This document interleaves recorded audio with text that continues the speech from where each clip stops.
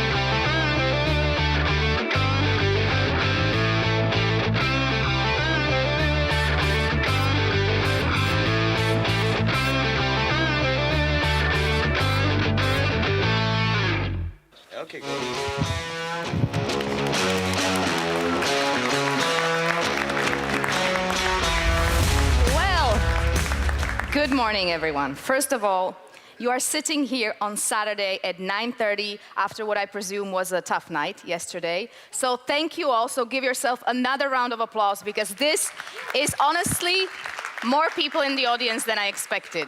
My name is Veronika Cifrová-Ostrihoňová. I'm an MEP from Progressive Slovakia and the Renew Group, and I had the distinct honor to moderate today's debate, which, as we know, is a nail-biting race with so many options, and you know it's going to be very fruitful, a lot of tension, so I hope you're going to have a wonderful Saturday morning. But I'm honestly very happy to be here. It is the Bureau candidates debate and the Treasurer debate. The Treasurer could not be here today, but we'll get to that. But we have our three amazing candidates, and with not a long ado, please let me welcome to our stage the three candidates for VPs, and that is Malik Asmani, Dan Barna, and Eva Kjær Hansen.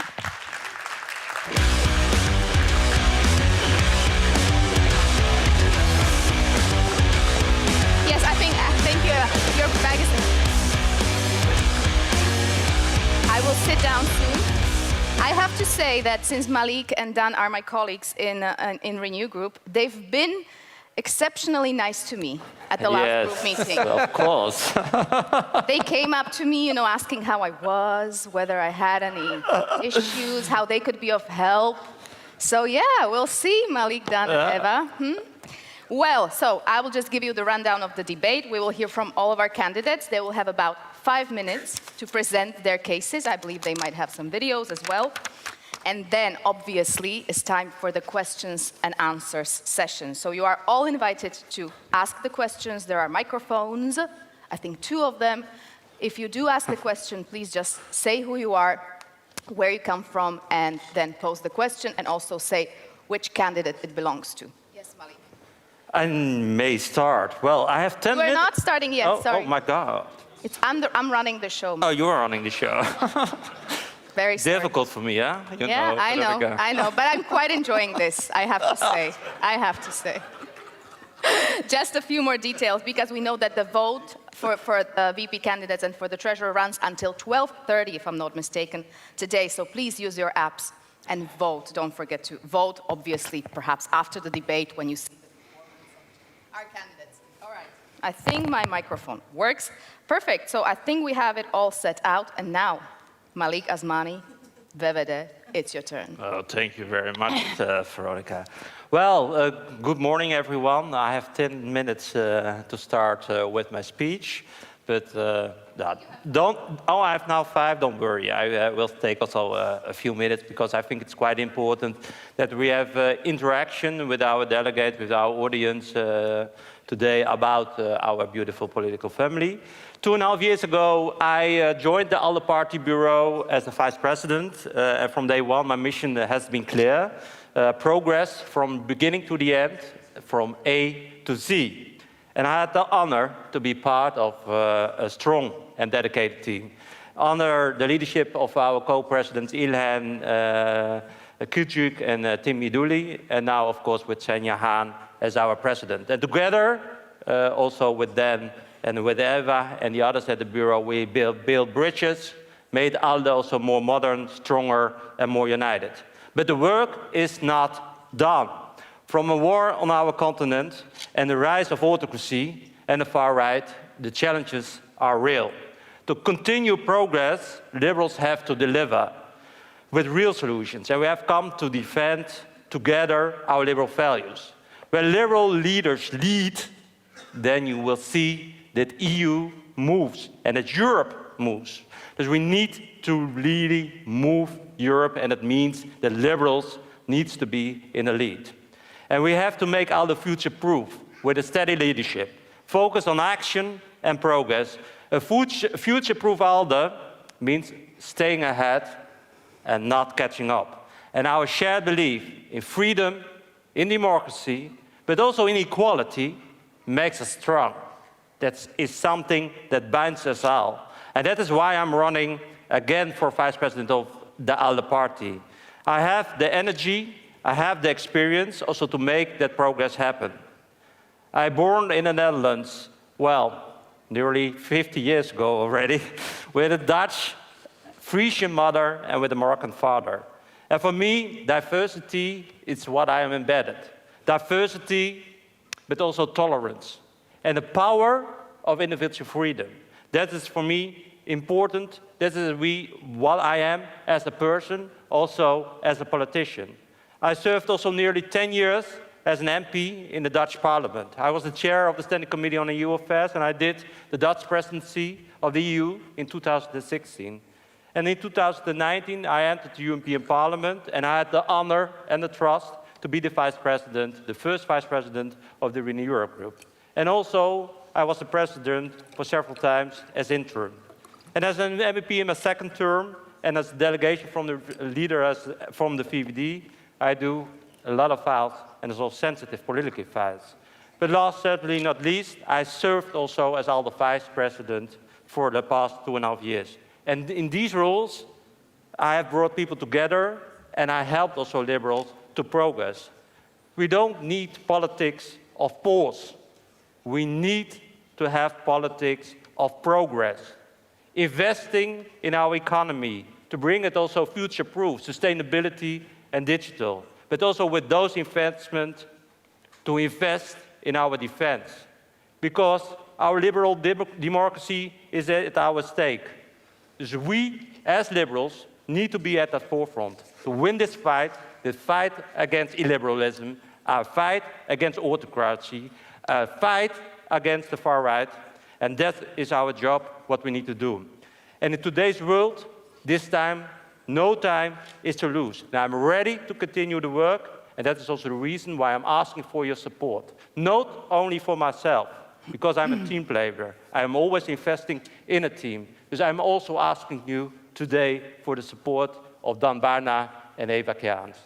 For them, we want to continue, I will say, for progress from A to Z with Veronica Asmani. Thank you.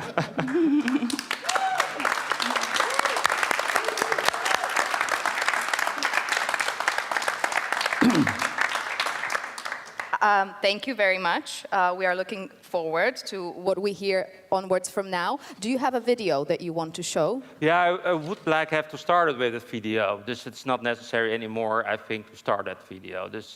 So you don't want to show the video? No, well, we would have started with the video, and then I would have the speech, but I think it's unnecessary now to set up the video. So we can start with that. Malik, we want to see you. Yeah? You want to see? Wow, see, this is a team spirit. Okay, you just want us to beg, right? I like it. Do we want to see Malik's video? Yay! So please, let's do the video, please. Dear friends, papers flying already. I would like you all to know that I will be running again as a vice president of ALDE. Beautiful. 2.5 years ago, I have joined the ALDE Bureau. And as a team, we have developed a new strategy. One that will make ALDE more modern, stronger and united. And together with you, I'm ready to put our strategy into action and continue the work. We are up against major challenges, from a war on our continent to the rise of autocracy and the far right. And we have to deliver real solutions and come together to defend our liberal values. That is why I'm asking for your trust. I look forward to seeing you at the next ALDE Party Congress for progress from A to Z with Asmani.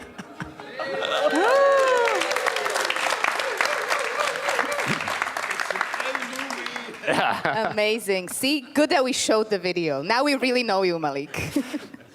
Thank you so much. Okay, Dan, Barna, now is your turn. You have 5 minutes, and if you are showing a video, please feel comfortable to do so. Dan, it's your turn. Thank you, Veronica. I'd like to pass the word to myself, beginning to this introduction, so the video will be first. Okay. So first video for Dan.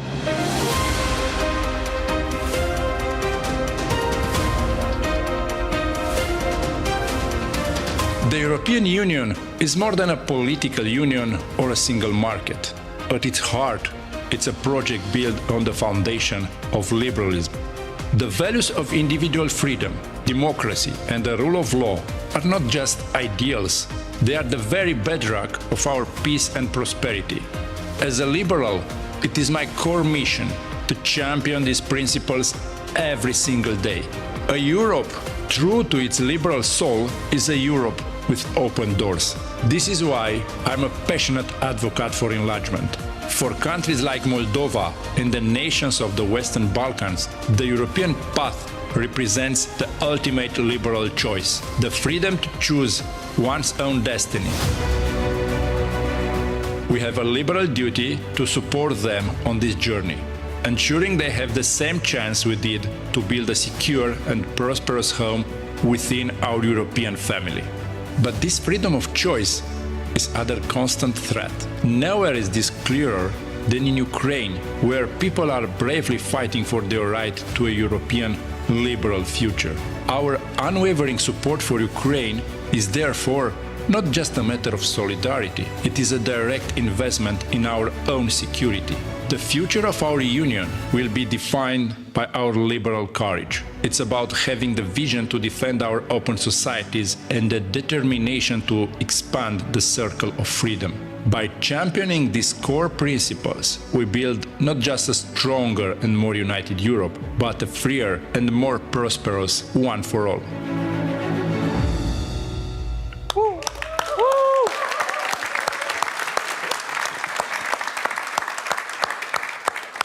Thank you, college. It's a pleasure and an honor, and thank you for spending the morning with us. This liberal courage I want to address because we listened yesterday moment. So I had the chance and the luck to be part in one of the panels related with the Western Balkans. And there I witnessed a spectacular demonstration of political courage. Our colleagues, Sabina Kudik, Eliza Hoxha, and Pavle Grobovic, liberal leaders from Serbia, Kosovo, and Bosnia-Herzegovina stayed shoulder by shoulder discussing future. They have chosen dialogue over division. And they've chosen cooperations over conflict, knowing, and they explicitly said it yesterday in the panel, that they will be judged back home by their colleagues and their citizens, not colleagues, their citizens of discussing with enemy. The fact that the young liberal, the young generations, the new generations of liberal leaders have the power and the openness to face such a complicated problem as are those from the Western Balkans is a wonderful example of liberal courage. And it was a success. It was a remarkable debate. And I'm also very sure that if in this moment I will have a few more hours and I will ask each and any of you about a success story in your party, in your organizations, in your branch locally there, you will come up with at least one example. What I'm trying to say is that we shouldn't look around and start chasing miracle solutions. They are between us. We have example between us in our organizations, in our party, example of success, which must be and could be multiplied and used by the others. Because this good practice the life is delivering to us, it's closer than we can believe. It was quite fun. Last week, my son, 4-year-old child, they visited me in Brussels because it was supposed to be a long weekend. And he ate an apple, and I told him at a certain moment when he was almost finished, put the remain of the apple, put it in the bin. And he turned out to me, stop telling me what to do. It was cute, it was fun, but in the same time, it was like an enlightenment, because I said, well, this is a part of the liberal problems. We tend a lot to tell the people what to do, because we are entrepreneurs, we are visionaries, we are more educated or good educated, and we have this tendency to be the teachers, to be the parents of the citizens. And we have seen that the results were not accordingly. So I think that we should stop telling the people what to do and then start sharing their fears, their concerns, exactly what the populists are doing, and to have the courage to openly address these threats. So this is my vision in this moment related with the party, because frankly speaking, the liberal values are actually the basic needs of human being: freedom, security, prosperity, housing, rule of law. For any citizens, these values, these basic values, is the on the bucket list of wishes expected from the state. So we should change the way we are addressing. So, because it's not enough, and today I listen to all the debates, so it's not enough just to defend our values. It's correct, but it's not enough, because we need to build this future. It's not just a matter of hoping that Europe will be strong and superpower and all those elements, which is good, and it was a very good line, this making Europe a global superpower. It's the right approach and the right direction, but we have to be part of these constructions, because this is the task ahead. The next years until the European elections are the battlefield for this future. We are forging the future these days. We are part of our history today. And together in ALDE, we can be the good part of the history today. So this was my political line. The rest, lawyer, party developer, I can put it like this because I was part of the history of USR. And now members of the European Parliament, colleague with Eva and Maliki in ALDE Bureau. And in the last year, we succeeded to move the party ahead, and I'm quite proud of it. You have seen the new strategy, and we are starting to implement it exactly to be closer to the citizens, closer to the party members, and be relevant and present in the perception of the European citizens. Thank you very much. Thank you for being here. Dan Barna.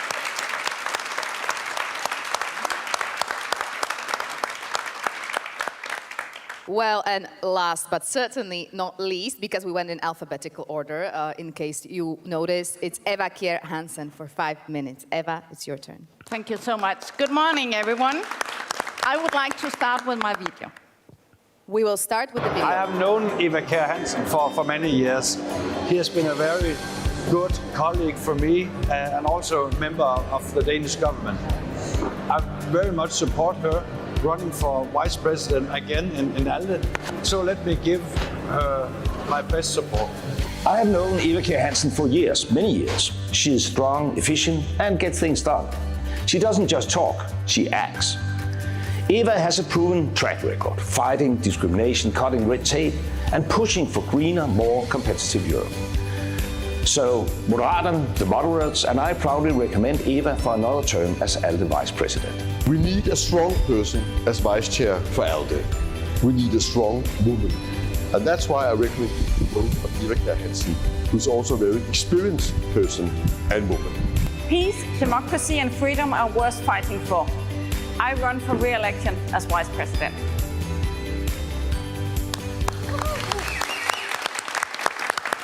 Thank you so much to the Radikale Venstre and the Moderaterne for supporting me for re-election.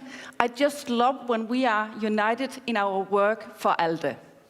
My political journey started more than 40 years ago. I grew up with a divided Europe, an era with the Iron Curtain, which was going through our continent and separating East and West. It was then when I started discussing the future of Europe and whether we should have a European pillar in defense and security policy. I will never forget the sound back in '89 when I was crossing Potsdamer Platz in Berlin. This rhythm, and I was wondering, what was it? And it was people with a hammer and chisel taking down a part of the Berlin Wall. I still can feel this sound of freedom and this great feeling of freedom for Europe. Today, our thoughts and hopes turn to Ukraine. Its struggle is not only about its own survival and future, it's about the future for all of us. Ukraine's fight is our fight, and this is a strong motivation for me to continue my work in ALDE. And it's a pleasure for me to be able to invite you all to Copenhagen in the end of November, where we will have a conference, Women Leadership in Times of War. We had the first one in Kiev in May, and now we follow up, discuss with one another about security issues in Europe and Ukraine's way to become member of EU. When I've been running political campaigns, my slogan was, less talk, more action. And I'm going to continue with that approach in my work in ALDE, because I think it's so important that we do take action for showing and telling about the liberal values and also develop on the liberal values. That would be my part, or my role in the Bureau, where I think that it's so important that we always consider what is the added value for you as member parties.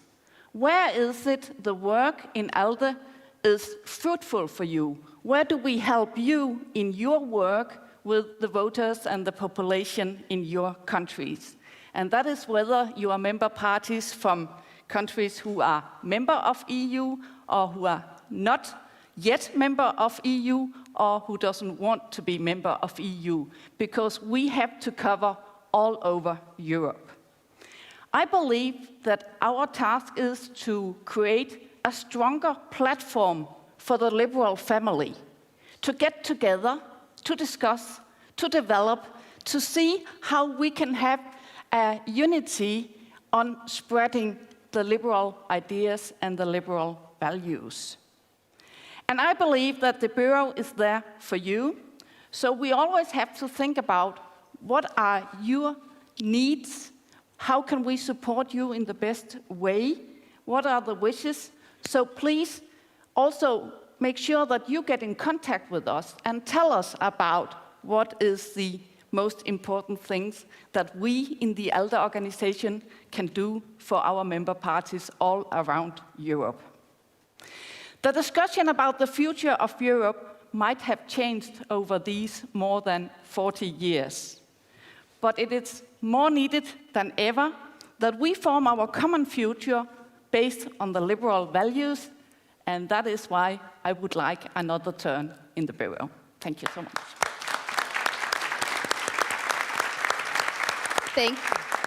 Thank you, Eva. So we've heard the opening speeches from all of our candidates, but we also have a candidate for the treasurer, whose name is David Berg from Fianna Fáil, and he sends his apologies. He couldn't be here today, not because he wouldn't want to be with you, but because he's the election agent for the Irish presidential elections. And the election was yesterday, but the count is today. So that's why he sends his greetings, and he hopes for your vote as well. I had to present his candidacy a little bit. He would do it better, obviously. So I think we could have one more round of applause for David right now. Thank you. You know, so we're equal with all our candidates here. And I believe now we can open the floor to questions. Are you ready, Eva, Dan, Malik? We are ready. Are you ready as ever? As ever, let's rumble. Let's rumble. So let's rumble. Do we have any questions, please? I know it's hard to pose the first question. But I think that it's not that hard. Okay. Yeah, it's over there. I think you need to go, or we can pass you the microphone, or you have to go to the microphone.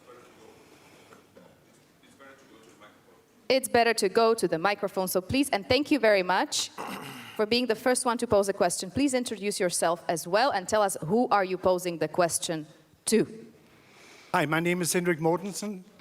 I'm posing a question to all the three candidates. I used to be an ALDE vice president myself. I'm now a vice president of Liberal International, and I represent Venstre, the Danish Liberal Party, here today. Now, I think we have three very good candidates. We are very privileged, and we're even more privileged to know that you will all be re-elected, and that makes me very, very happy. And that doesn't mean that you don't have to work hard just because you're being elected without too much of a fight. But since you are elected in this way, I think it's very important for all of us to know where you would put your efforts. And when I'm thinking of these efforts, I think of the efforts which you should devote to leading ALDE. And of course, ALDE is an organization which helps member parties fight elections. It also national elections and Euro election. It's also a backing group for our members of the European Parliament. But something I've always found very, very important is that ALDE is a place for member parties to come together, of course, to discuss campaigns and so on, but also to formulate policy. And particularly in these changing times we're in, I think it's very important that we involve the member parties in working groups, conferences, and so on, where we share our ideas on pressing issues. So my question is, what will you do to strengthen the third pillar of ALDE work, supporting the group, supporting campaigns of member parties? What will you do to enhance the efforts of coming together and develop policy to the benefit of the group in Parliament, but also to the benefit of our member parties who can get inspiration from these common endeavors?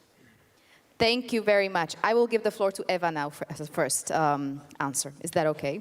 Thank you very much. And I think that is very relevant, and I hope that I gave the impression that that's actually an important part of the work I'm going to do in ALDE. I think we have such capacities when we look around in this plenary, or even when we saw the program yesterday.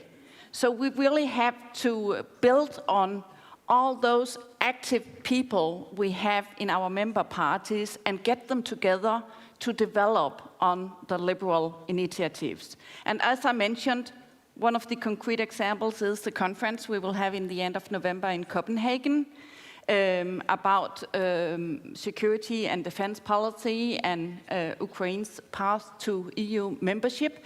But actually, yesterday we were also a few talking about we need some action when we talk about the whole Arctic area, where we could reach out for liberal friends who are not that connected yet.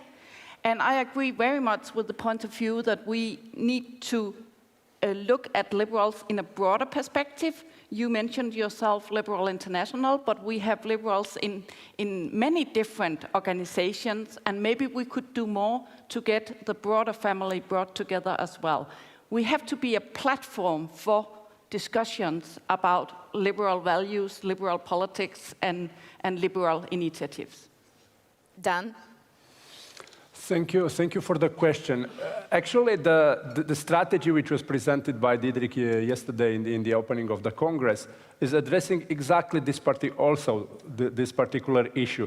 Because in this moment we are trying, we as a bureau, I mean, together with Svenja, we are trying to redesigning the way ALDE is acting and is perceived by the member parties. Having vice presidents, each of us has certain countries we are taking care of. So preparing this strategy, we discussed with the presidents and with the secretary general of those parties exactly to understand and acknowledge and absorb their feedback in preparing this strategy. So my keyword in this moment is implementation of this strategy, because the strategy we presented is based of the large and broader discussion with the party members in the ALDE network, and asking them from the organizational point of view to the way they are interacting, the number of events, the support instruments the European Party, the ALDE, is able to provide from data gathering, for pooling, for all these instruments. So in this moment, I think, and coming back to my presentation, it's not about finding another magical solution. We have a saying in Romania, in the fairy tales in Romania, it's like a potion, but the word in Romanian is iarba fiarelor. It's the grass is beast. So we don't need a grass is beast to work with our parties. We need just to start implementing, to discuss. Each member of the bureau do his work, discuss with the parties he's taking care of, and get the experience, because you also said they are good experience in the party at the grass field, and then together we can grow and adapt to this fight, because we are facing a fight with the populists for the next years. Thank you. Malik? Yes, thank you very much for raising this question, Hendrik. I know also you were quite active also as the Vice President in the ALDE Bureau. It's also good to see you that you are now Vice President in the Liberal International, also together with Lennart.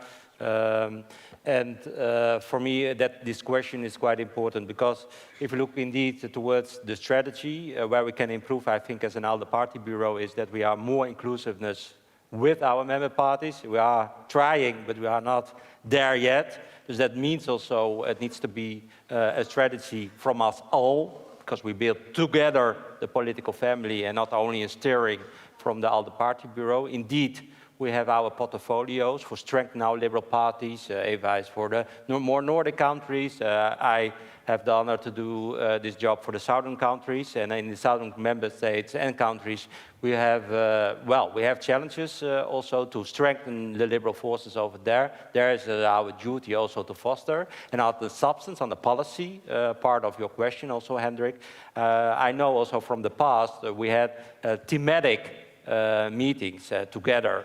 And I think it's quite important to have those thematic meetings, not only physically, and that is making also the party future-proof.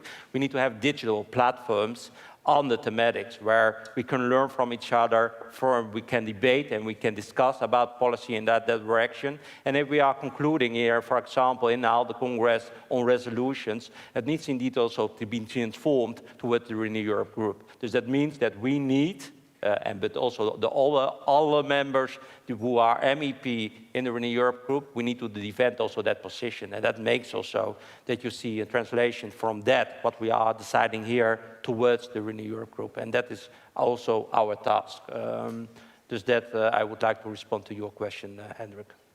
Thank you. We see a line of people with questions, so I will ask you to be a little bit more concise. I know it's hard for a politician. Yeah. We're gonna try.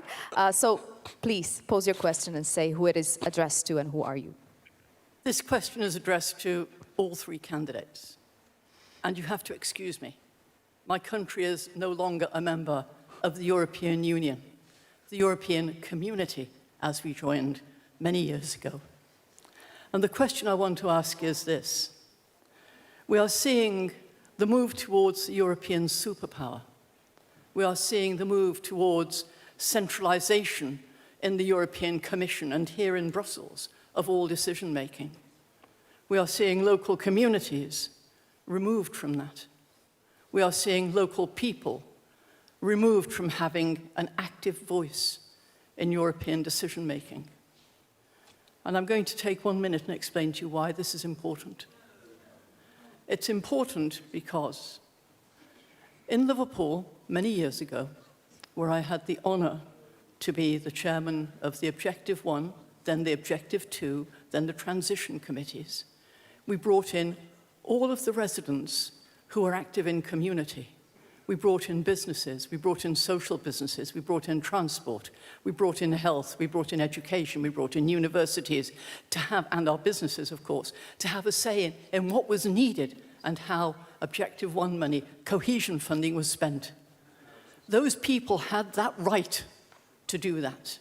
And what I see in Europe now is a real shame, because if you take that right away, you will do what I think all of you would not wish, and that is you will take the citizen away from the community, from the European community, which is perhaps the way we ought to think of Europe, not simply as an office building in Brussels where decisions are made.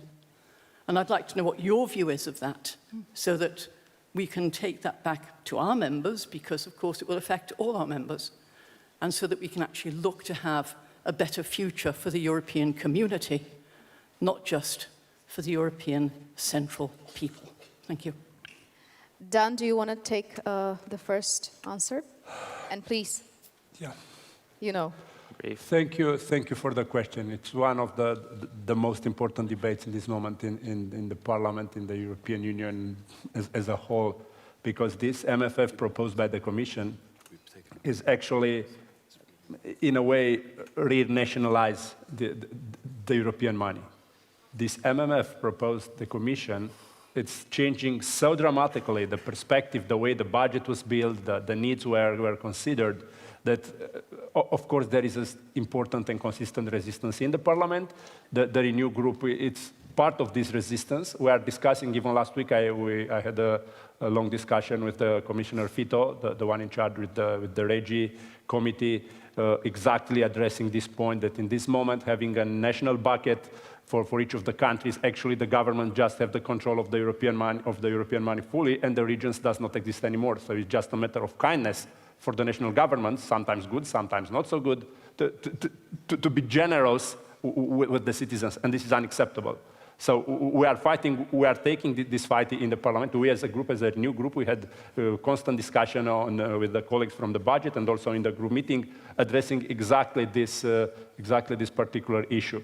Because the argument used for the Commission, which is in a way legit, is that extraordinary times and there is a war and we need to have available money for crisis and for we don't know what development the war will generate. But the problem with the democracy is that, and Romania knows this very well, because Commission quit defending the rule of law in Romania a few years ago, and we end up in the situations all of us were afraid last year. So exactly, the idea is if we quit to defend the values, the core values, the subsidiarity, the involvement of the citizens, if we quit them on relatively theoretical grounds, it will be very difficult to count them back. Thank you.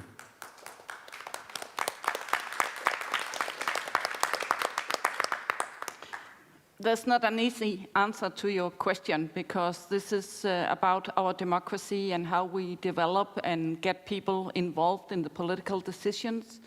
We have I think this is a challenge we have at all political levels. We have an upcoming local election in Denmark, and even there we see the difficulties in motivating people and get them have the feeling that they can actually decide something. So I think your question reflects all political levels. One thing is that in the parliament you can make sure that you do come through with some simplification and you fight the red tape and find a majority for the omnibus proposals. But we can, in ALDE, with one another, discuss and see what kind of initiatives we can take to promote people to get involved in politics and in different political discussions. And I think that is needed because of what we see happening to democracies all around in the world. Malik? Yes, for me it's quite clear we are liberals. And as liberals, you mean we don't like centralization, we like decentralization. It's the part of the communities will build the strength of the society. And if I look towards to the Netherlands, we had that discussion also. The blueprint from The Hague, the government capital, is not functioning, for example, for the north part, where I'm coming from Friesland. It's a different region with a different language also.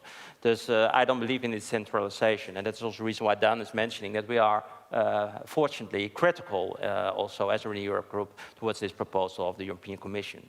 It cannot be without a connection with the regions, because those projects needs to be co-financed from Cohesion Fund, needs to be led also by those regions. So I don't believe in decentralization. And and to be honest, if you look towards the developments in several member states and also in the European Union, well, then you need to be more critical on centralization, because I don't want to see the money for example, into Hungary, to the urban government. You want to see it in the societies, in the communities, in the small communities. So that's, I think that's the reason why we as liberals need to be very, very critical on this proposal of the European Commission. And thank you also for raising this question this morning.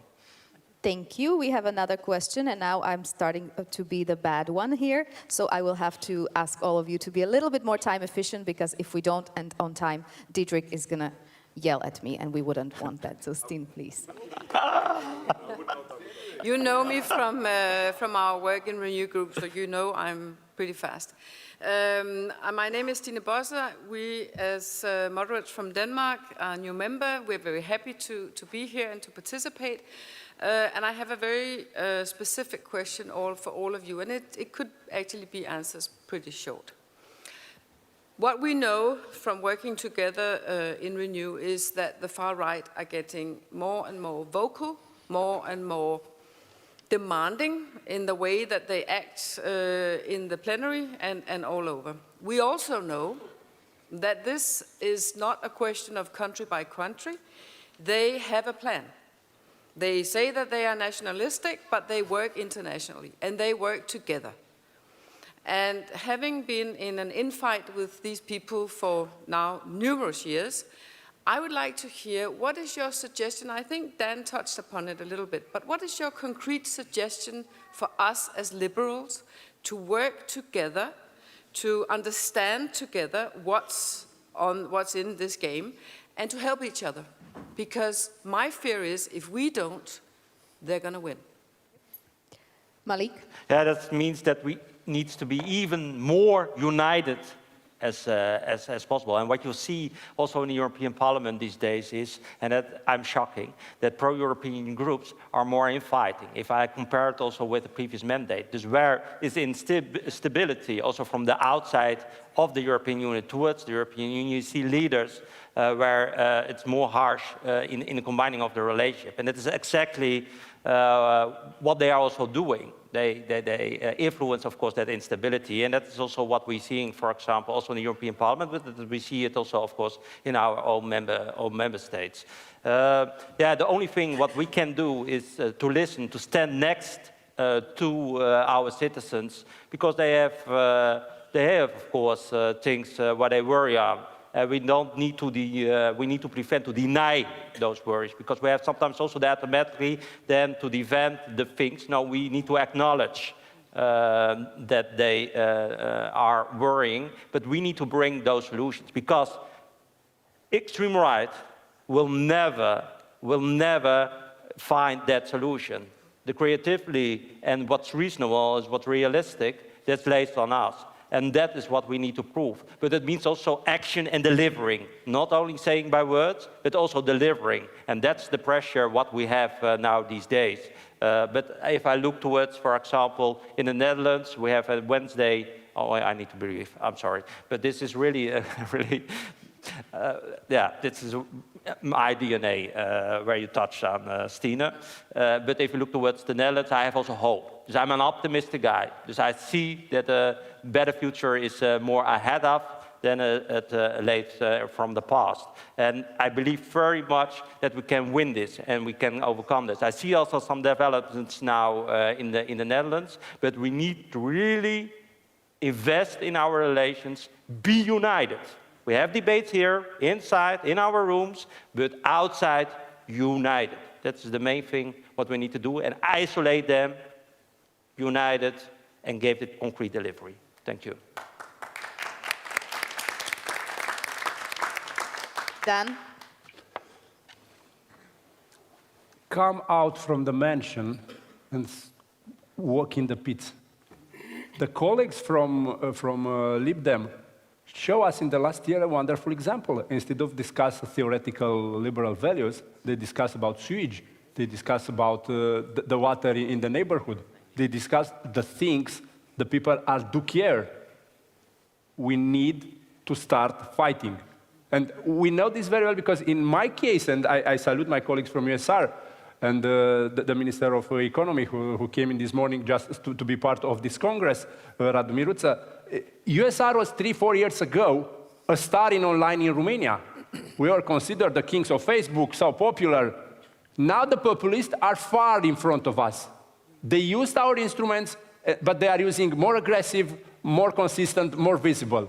We need to adapt. We should stop saying, oh no, these these lies are so outrageous, we don't even want to talk. No, we need to talk for each of them, to address each of them, to make they are making 500 fake websites. We need to react doing the same. I mean, it's a fight. Just staying aside is not a solution and cannot be a solution. Thank you. I can be very brief because I think, Malik, you said it very clearly, being more united. Then you say fighting more openly for our values. If I should add anything, maybe be a little more tough on our identity as liberals. Make sure that we are very clear on the values, the respect for human rights, the democracy, and so on. And if we combine those three answers, I think we are the strong ones.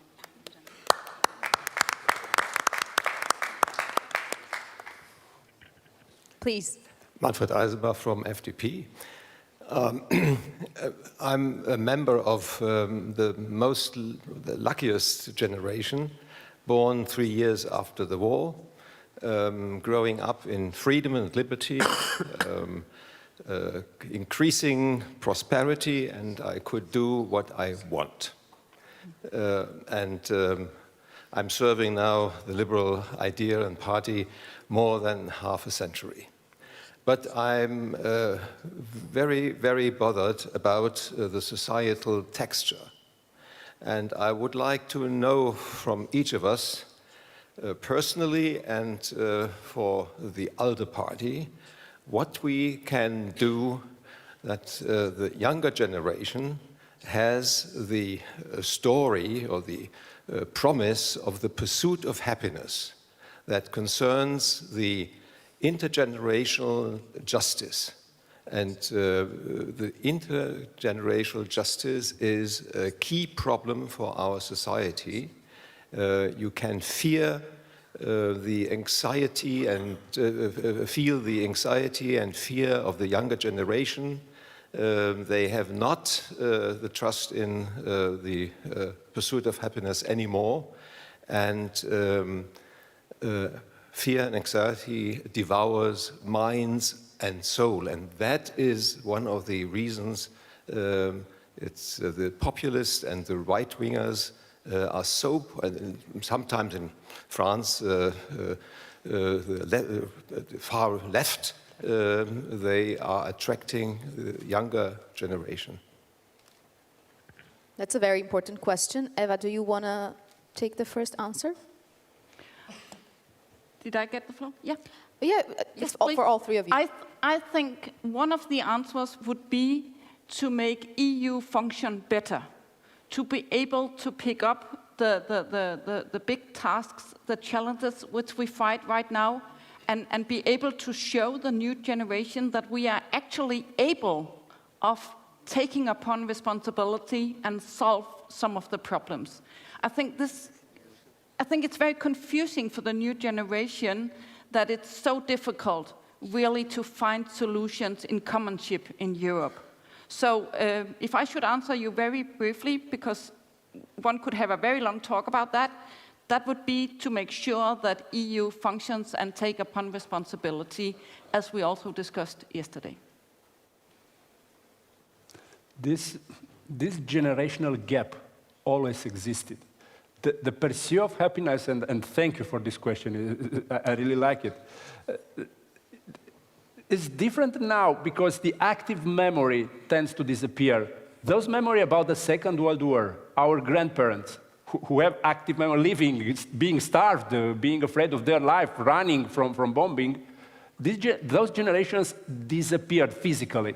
And this is one of the explanations. We have young generations saying, wow, Hitler was cool, legionaries in Romania, it's quite something interesting. Because the lack of knowledge and lack of emotional memories from the family.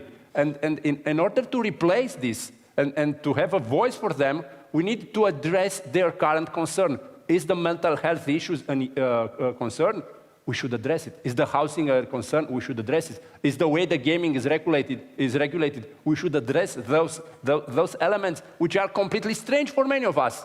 I mean, come on, mental health issues, come on, my grandparents had no food to eat or so. But yeah, it is the reality we are facing. If we are not facing the reality, we'll be more and more sided, one generation than the other. Thank you. Thank you for the question. And if I may be so blunt, maybe I would add another layer to the great question. Are we using the right language to speak to young people, to those who are looking for the pursuit of happiness? I'm sorry, I made it hard. Use incredible voices. Okay, Malik? No, it means also participation of young generation, of course, also in politics. Let me be for certain for this. Yeah, you asked personal and what's needed also more on policy. I think personal, this is the reason why I'm in politics, to be honest, Manfred. This is the reason why I'm here. I'm not for only this generation. I want to have a future for the next generations. I had the possibility, well, to enlarge myself, to improve myself, and it was also not forgiven. And I want also a near future where, well, children who will be born in households where it's not so forgiven, you know, that they can also grow and make the maximum from out themselves. That makes, in the end, also a happy society. That's what my personal thoughts is and where I personally believe. And indeed, we need to be in action. Europe needs to be much faster. We need to grow, of course, in our economies. We need to make that future, those future economies. And, well, step by step, yesterday we had a debate about Draghi report, but it's unbelievable that still 10% of the Draghi report, and they ask for themselves, the Draghi report, but 10% is proposed. Now, if we really want to win this for our nearest, for our young generations, we need to make our time for action and to be much, much faster, to grow in the economy, because in the end, people want to see perspective. We want to have a better future for our children than for us. That is our duty also as politicians. And yeah, we can talk for many hours on this subject because it has a lot of elements. And indeed, education is also more important, that people also understand why we have an European Union, why it's functioning, where it's coming from, what's liberal values, and that's not forgiven and not for granted. Thank you. Thank you. I was informed we have 5 minutes left, ladies, so please pose your questions. And dearest candidates, have that in mind. I'm Sabina Čudić, president of Naša stranka from Bosnia and Herzegovina. I'm delighted by your commitment, expressed commitment to defending Ukraine. However, Ukraine will not only be defended within Ukraine. I believe the resistance to Russian puppets and autocratic regimes from Georgia, attempts in Moldova, not to mention Western Balkans, parts of Bosnia and Herzegovina, Serbia, are under direct Moscow rule. Can liberals be the leaders, and should they be the leaders, in resisting these foreign malign influences, not just in Ukraine, but defending Ukraine by opposing these forces throughout Europe? One thing that naturally comes to mind are sanctions, which have unfortunately been used by only a select few countries within Europe. Has Europe been, in your opinion, too tolerant, insisting on stabilocracy over the values, our liberal values, hopefully shared liberal values, in these parts of Europe? And will you be the voice of that kind of liberal resistance to deeply illiberal forces in places that I mentioned? Thank you. Eva? Yes. That's the answer. Yes. I'm happy with Amazing. that. Efficient, very good. Do you have any other answers, Dan, Malik? Yeah, thank you, Sabina, from the yesterday discussion, and I said it in my opening. So, thank you for being here. Thank you for standing for these values in a very complicated country as is your Bosnia and Herzegovina.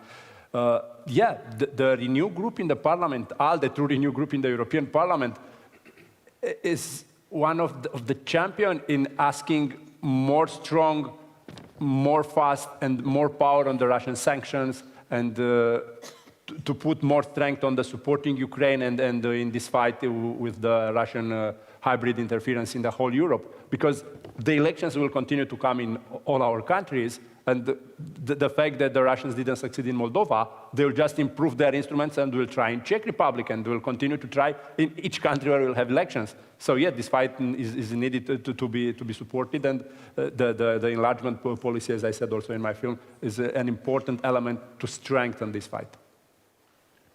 Malik? Yes,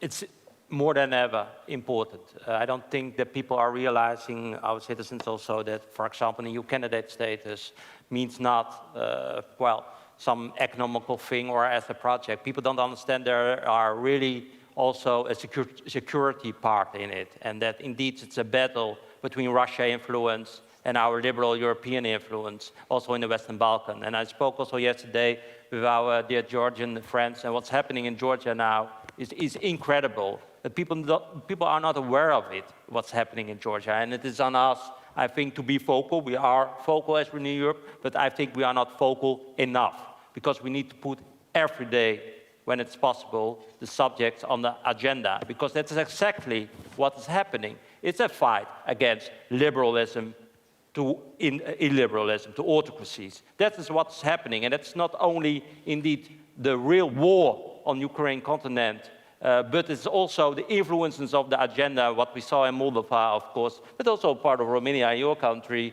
and you see that also in other EU member states, but especially in the Western Balkans. There, if you look to the context and from a historical perspective also, there have we, as liberals, the duties to kick out the liberalism and try to bind them and to connect them with the European Union. It's our duty. It's not only about do you have all the chapters of the Copenhagen criteria. We talk now about security, and to bring people, we need to be stronger towards the illiberalism. That is the reason why I think it needs to be addressed on a daily basis. Okay, we have one, yes, this is your applause. And we have one last question and about a minute left. Yes, very brief. My name is Roxana Vilco. I'm part of the USR delegation and my very first time at an ALDE Congress. So thank you very much. It's been quite a pleasure to be here. Welcome. I have a question for all the candidates and also maybe something to take home and reflect for everyone in the room. So we know we have a war at Europe's borders where women are disproportionately affected, displaced and exposed to violence.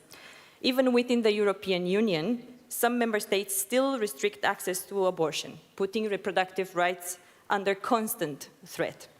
Meanwhile, we also have external influences, and here I'm including especially United States, promoting the so-called traditional values and gender roles, the very playbook for populist and far-right parties across Europe that seek to roll back decades of progress on equality.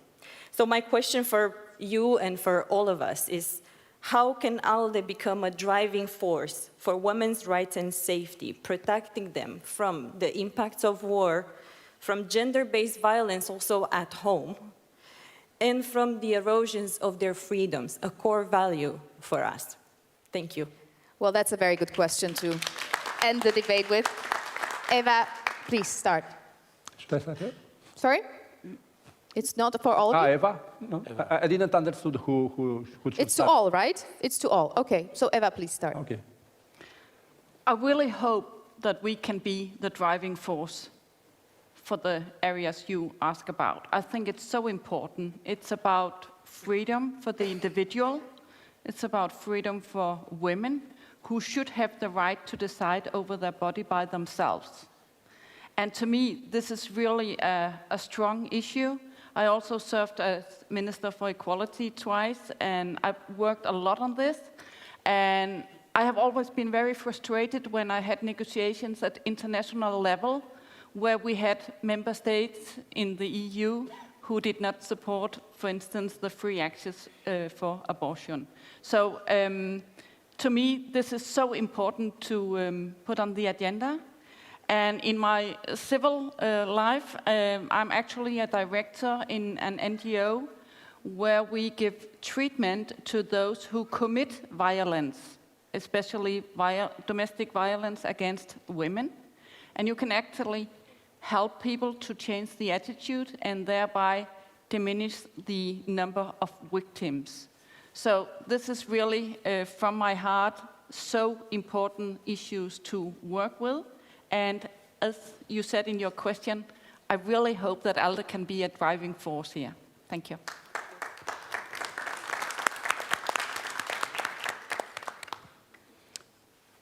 The good thing is that ALDE is the party of freedoms, is the party of human rights. And I think since we became members in my mandate, I never heard debate over this issue in the party congress. So this is the good thing. The way the parties, the party members, and the society and the countries will react to this influence from the United States, but it's not only from the United States, it's the huge extreme right agenda which is pushed over the society these days. Maybe as a reaction for some exaggerations, on the other side, frankly speaking and openly speaking, but the fact that this reaction will appear, it's our duty to defend. These rights are not any longer negotiable in Europe, so we have to defend the right to abortion. It's out of the question. I mean, from my perspective, this is not an issue to debate, okay, let's see how. These are the civil realities of the Europe for decades. and we should defend it with all our forces. Malik.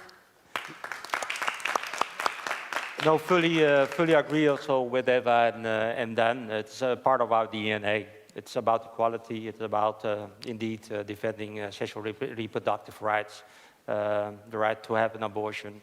And indeed, this is the agenda of what is already mentioned also this morning in this room. It is a part of the agenda of illiberalism to be more conservative on the agenda. And then we need to be smart. It's not only be vocal on the subject, but we need also to take into account, if I look towards, for example, in Poland, about the cultural traditional history.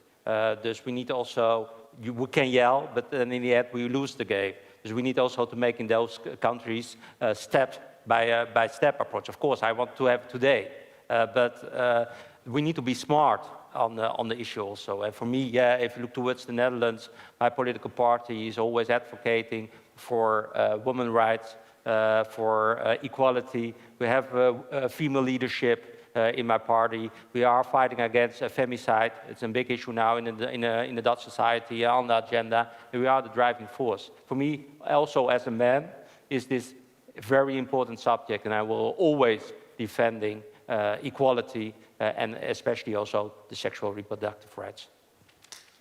Thank you very much. I think it's extremely important for men to be involved in this debate, so thank you. And this brings us to the end of our candidates debate. Please don't forget to vote until 12:30, and the surprising results will be announced during the Congress voting session on Saturday afternoon. It was a pleasure to be here with you. Thank you so much, and please give one last round of... Thank you so much to you. Yeah, yes, thank you for It was a moderator hard job, Veronica. you know, a very responsible one. But then again, so thank you again, Eva, Dan, and Malik, and David Berg for treasurer. We will see you and have a good rest of the day.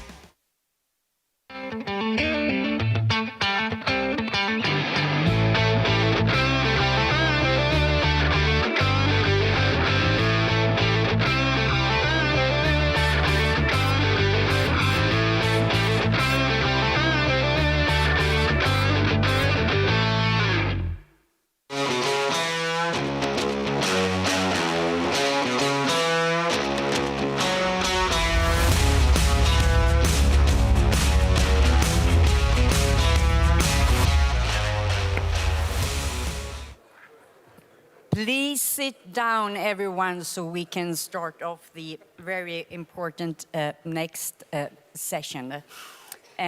My name is Birgitta Olsen, and I have the fortune to be the moderator for this session, The Future of Europe as a Superpower Connected to Our Economy.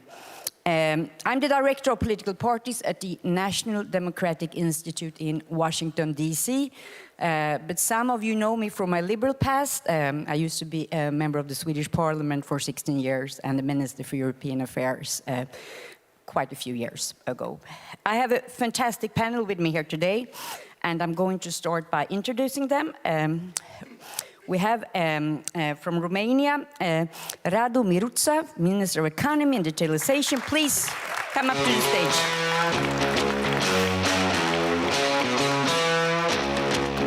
And we have Mariana Leitão, the party leader and member of parliament from Portugal. Please come up to the scene.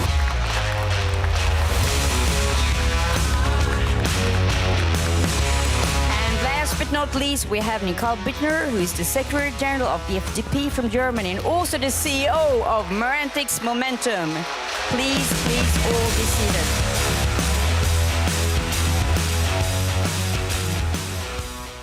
A warm welcome, everyone. I left politics, as mentioned, already back in 2018, but it feels so inspirational to be here every time, so you feel like you want to go back to politics almost again when you see all these fantastic people. We know that lots of things have changed since I was around in the Brussels, European and Swedish circles. We know that the global world order based on multilateralism is more challenged than ever before.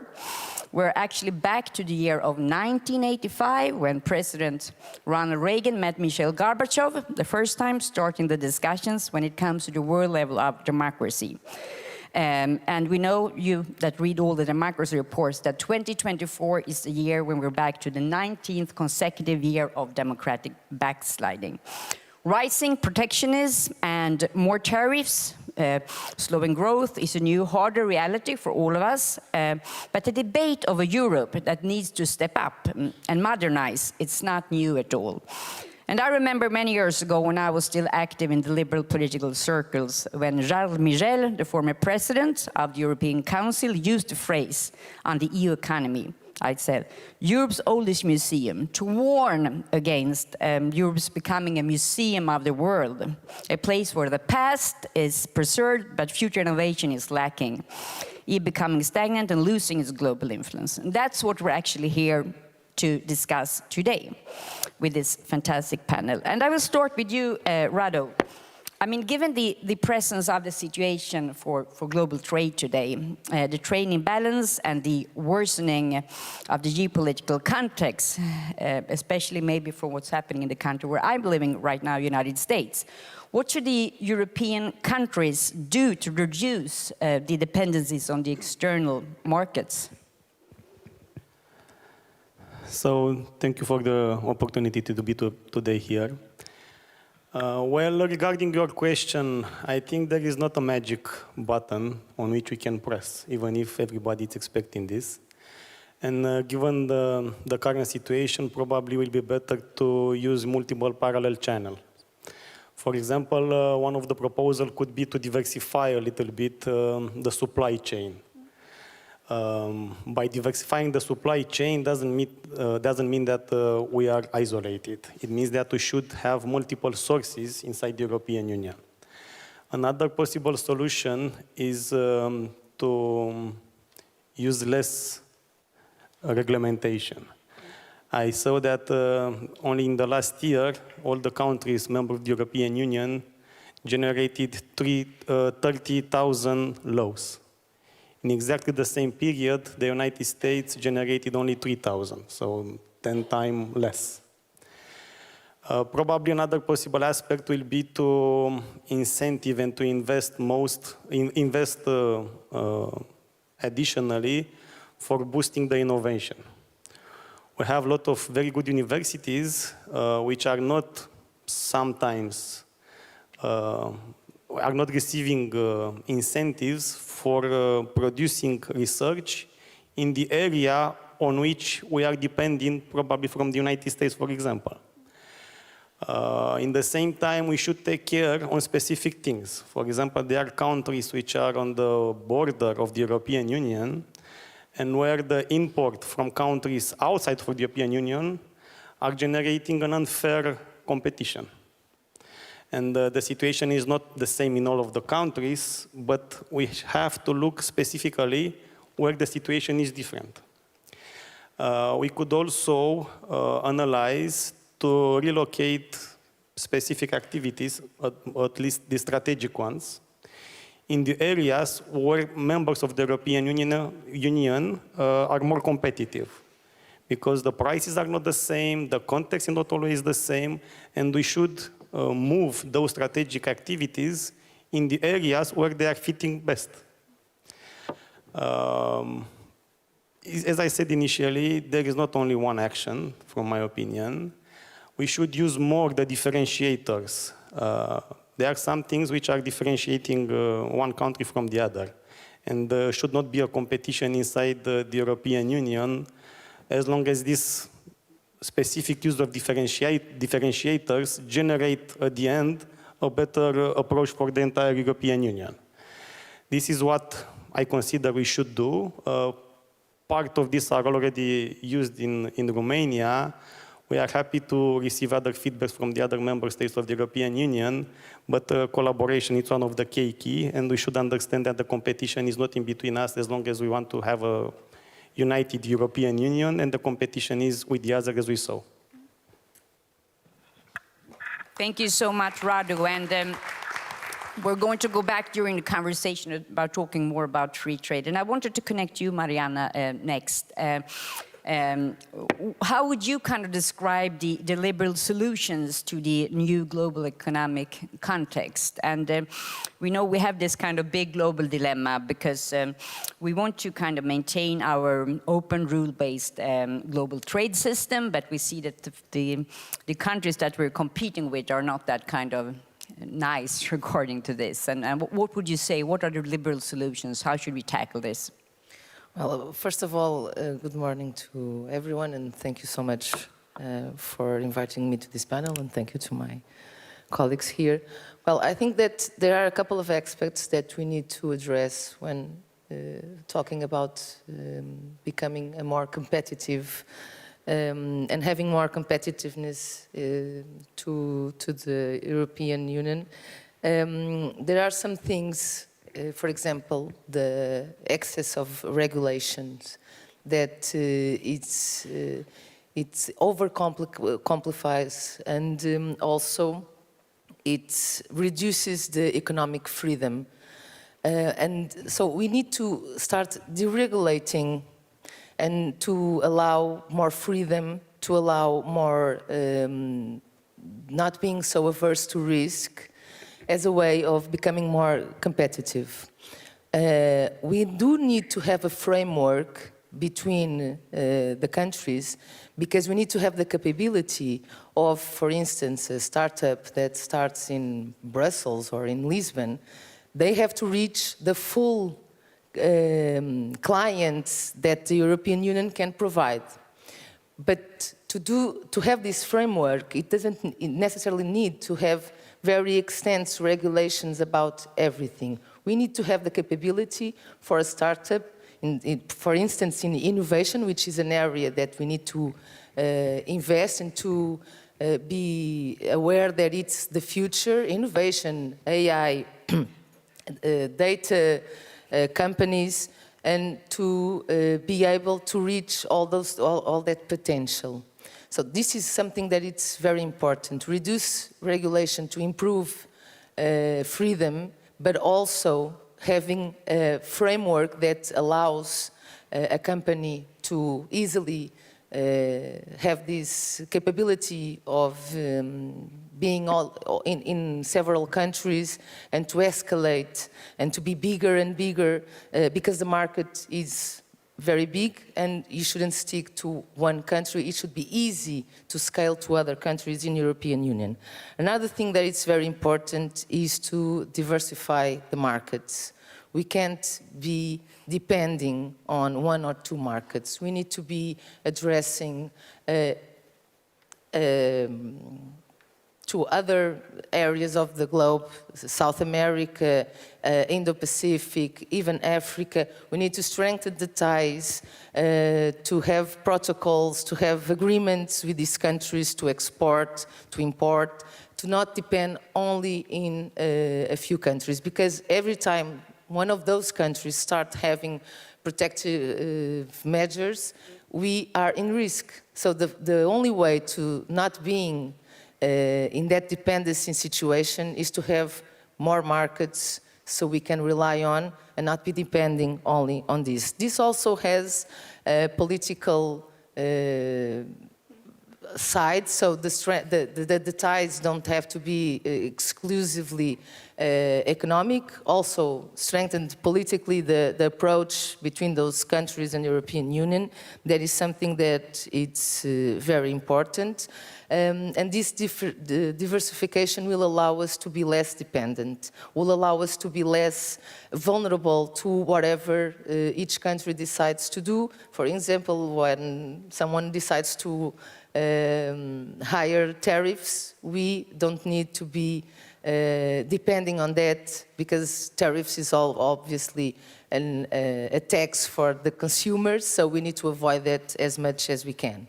So this is two very important subjects.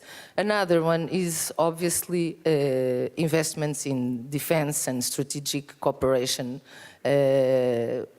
obviously because we need to be even more independent and to become a superpower, to become a global superpower, we need to have a very competitive market, a very innovative market, but also a strategic investment in defense, so that independence is at full scale and not only addressing economic aspects. So there's always also a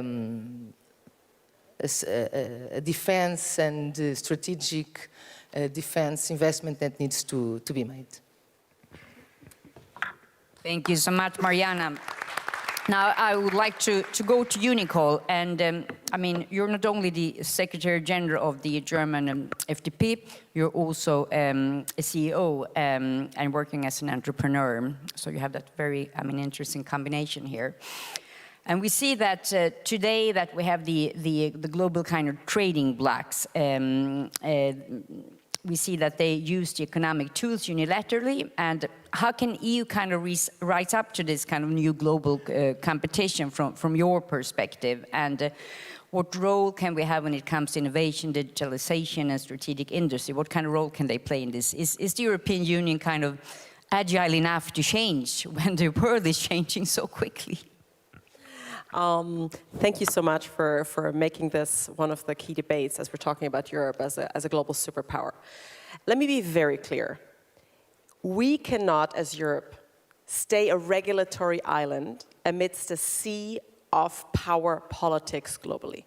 I think this strategic wedge is just not the right approach. We kind of need to adopt the rule of the game and start building strategic strength, and then use this economic strength, innovative strength in the global discussion and in global negotiations, also in trading blocks.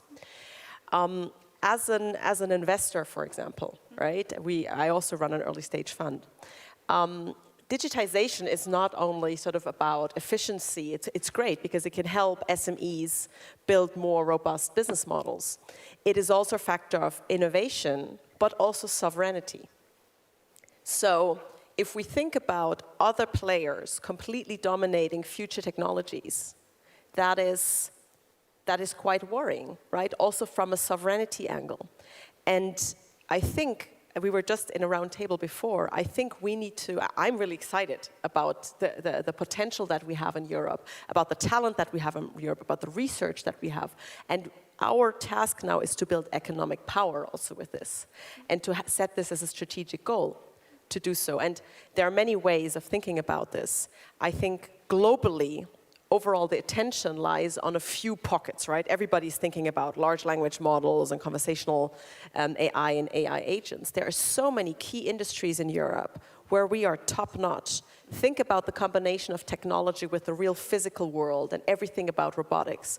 Think about even areas like quantum or fusion energy or these kind of things. Think about classic sectors like biotech, where we have been very strong as Europeans. Also, I guess a German, let's think about, right, industrial sector, machinery, and really combine this. And I think there's another aspect that we have started to think about it in not a strategic enough way. And you're talking about, right, this industry policy word is also among liberals a bit of a dirty word, right?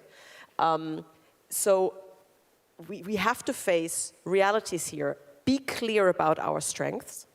Be clear about what are the sectors where we think we can just dominate, because we will be building the world leaders, and then also adopt smart policies for those sectors to be able to grow. So I think if we want to build a superpower here, we need to also assume we have one of the biggest markets, and we need to sit at the table and assume this also in the global discussion. So we want to build an ecosystem that supports our innovators. We want regulation that sets a frame, not that suffocates industry. And we want to use this in trade. We want to negotiate rules at that global table and assume this role, because if we do not negotiate, others will negotiate, and not in our favor. Thank you so much, Nicole. And I think you touched upon a topic around kind of more industrial policy, because we see how the old school economy is meeting and needs to adapt to the green and to the digital transition today, because that's kind of where we are at the moment. And we see that many of the innovative players around the world are unfortunately not European today, and that's something that we need to adapt to. So I wanted to ask you all, when it comes to industrial policies, especially connecting to the green industries and the digital transition, what kind of reforms do you see specifically that Europe needs to do to step it up, to be the leading superpower? Who would like to start? So I think as liberals, I mean, we need to think, right? We're kind of about the power of the market, and we believe in people. We believe that the solutions for tomorrow reside in our people and in our companies, and not in a government office somewhere. So that's what we need to strengthen, right? Also in those new fields. So that's where we need to go. And I think we need to, coming from Germany, we very clearly need to ask ourselves, when we look at something like the car industry, why are the innovators not sitting in Europe and in Germany? How can we create rules that foster innovation? And yes, it is about focusing intellectual attention and capacity on those opportunities. We've been having all the discussions about all the risks and everything that can go wrong during those discussions. And we haven't put enough attention on investment, attracting talent, focusing on opportunities. I think that's one thing. And we really need to make space for this in Europe. And I think that's also how we can really connect people again to the European idea. Because we also need to do this, and to really win over the hearts again for the European idea. I think everybody wants to love Europe, right? We all love this concept of coming together, but if we feel more suffocating regulation in those aspects, let's say even in the environmental sphere, where we feel, all the way down to how do I separate my trash, and everything is like super regulated, but we don't get the big levers and the big incentives and the big market mechanisms on our side. We're just fighting an uphill battle, and we will not win this battle. So I think that's really the mandate of the time. And this would also, for example, mean, if we look at the industry, if I look at deep tech startups, if I look at biotech startups, we know, probably everybody in your country, you know who these startups are who will need big funding rounds in the next 5 years. If I look at Germany specific, we have some really great fusion energy startups. I mean, we're all looking for ways to create energy without ruining the planet. Because we know we need energy for economic prosperity, but we don't want to we don't want the climate crisis to exacerbate. So when I look at these startups, it's already clear now that the funding mechanisms to keep these players in Europe is going to be super tough, because they're going to have to raise rounds, a few €100 million round, to build the first actual sites. We don't have VC funds that are big enough. We think, okay, 800, 900 million growth funds are big. No, these companies need like 300, 400 million. If you want a European fund to lead it, we need bigger funds. We need to direct capital there. And we need to strengthen those strengths. So I think that's something very tangible, very concrete. Single capital market, that's a European topic. Let's get it done. Thank you. Oh, yeah, no.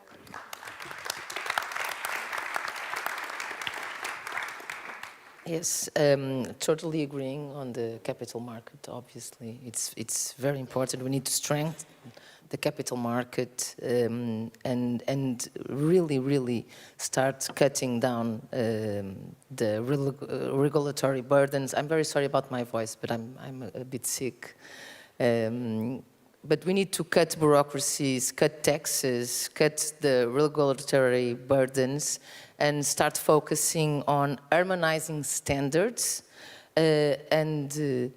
with less regulatory but more efficient. So we need to have that framework I was talking earlier. It's very important to have this harmonized framework so that industries can scale and invest whatever they want.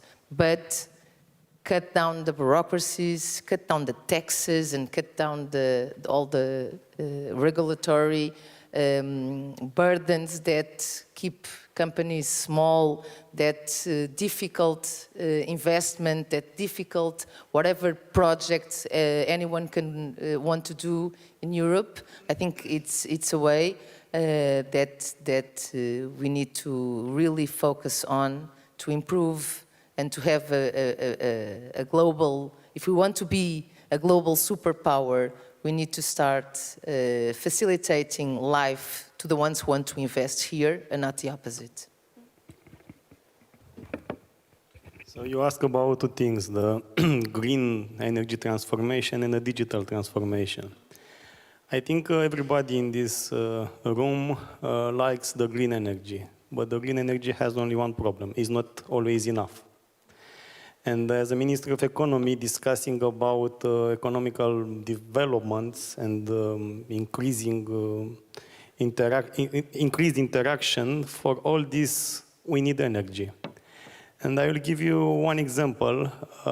2 years ago in Romania, we didn't burn coal. We had some coal plants which were not used. And we imported energy from Serbia, which is on the right side of the Danube, 50 kilometers away from where we had our plants. And we imported energy 2 times more expensive than the one that could be produced by using coal in Romania. This was a problem from our industry. So I think that we should go toward the green energy, but in a synchronized way. We should initially to be sure that we have enough energy. Otherwise, the energy price increased, generating a lot of huge prices in all the products which are using energy. So we need to reach that point, but do not go there without seeing the industry, which is where the energy is needed. For the digital transformation, it's something which is adding more value in all the domains. But there are some risks over there. One of them is that most of the countries were interested to connect applications, to create new ways of interacting with the citizens, and they did this, but they didn't apply all the time an additional layer, and that layer is the security one. So in digitalization is not only about connecting applications, it's also about adding security over those connections. Another thing that appeared by using more and more digitalization is that subject of using the social networks where the fake news is everywhere. And it's a sensitive discussion regarding the freedom of speech. But I think we should look where we are. Most of the countries are investing a lot for protecting their citizens. We are buying planes, we are buying ammunition, we are buying tanks. But there is a parallel danger which is coming via another door. And that parallel and that additional vulnerability is the electronic media. And we are not doing too much in this because the other side of the discussion, the other side of the population, it's invoking the freedom of speech. But freedom of speech is something, into my mind, which is associated with a person. The problem is that sometimes we are seeing people, not people, virtual accounts manipulating real persons, but behind those virtual accounts, there is no people. So we cannot invoke freedom of speech, into my mind, as something associated with a robot, because it's not the same rule that is followed in this fight. So we should take care about the way the algorithms are introducing fake news. Hopefully, this can be alleviated by using technology, because the artificial intelligence is able to identify illegal content. There is also a regulation inside the European Union against illegal content. The problem is that it's not applied. We are seeing illegal content, and in most of the countries, the illegal content is to be removed manually. So we are trying to remove manually something which is generated automatically and is not scalable. We are never win this. We never reach a good point from this perspective. So concluding, green energy is something we want to reach more and more, but this has to be done in parallel with additional sources of energy. And the digital transformation, from my opinion, is having two aspects that we should take care more on. One of them is to add security over the connections that are already existing, and the other is to take care with fake news which is not generated by persons. A person can say everything he or she wants, but is not allowed, into my opinion, to use robots for invoking things as real persons. Just staying a bit here on the digital innovation, what would you say, I mean, is kind of the European superpower, the unique selling point for us in Europe regarding the digital innovation in this kind of data era that we're in the midst right now? What is kind of our unique selling point compared to innovators in the United States or in Asia? What is unique? Who would like to start? So we had a little bit of a discussion on this before. I think in a world where you can build companies basically from anywhere, right? We know we could be anywhere in building these tech companies. I think it's good to remember why so many people want to come and live in Europe, because the quality of life is exceptional. I want my kids to grow up in Europe. I think it's phenomenal. We have a great education system in general, right? We have agreed that we want sort of a social market economy, so there is some social benefits, there is healthcare, and all these kind of things that we like. And when we're honest, those are things that are maybe also keeping us away. Democratic rule by large, and I know I've met some colleagues here who are battling really even on this front, so we really need to defend it. That's why the liberal voice is so important in Europe, to kind of keep this battle up. But that's really what people decide on. Where do they want to actually spend their life? And I think Europe has these assets. And when we think about where innovation can happen conceptually, and we look back even a few centuries, rule of law, liberty to express yourself are really key. And in those pockets, also when we look back into European history, like Renaissance or something, when you had kind of these elements of science, capital coming together, that's when we had these moments of complete explosion of knowledge and of scientific progress, and also societal progress. So I think that's a superpower. And when we look at also just metrics, we're producing an outstanding amount of AI and deep tech, quantum, etc. researchers. That's a real asset on the way to knowledge society. Now we need to find a way of giving them capital and the framework to create successful companies here. That's that's the little bit that's missing. And then they will also return to Europe and bring more people with them to build the companies here and make them really big here. So I think that's unique. And also, let me add a third point, is in a world where our attention is on large language models, the efficacy of these models is sort of also halting because the publicly available data set is basically in these models. The world is much more complex than this. My 4-year-old daughter has ingested more data than these language models have seen. So the real world is just way more complex. And there is so much to be gained in connecting AI, for example, to the physical world, robotics.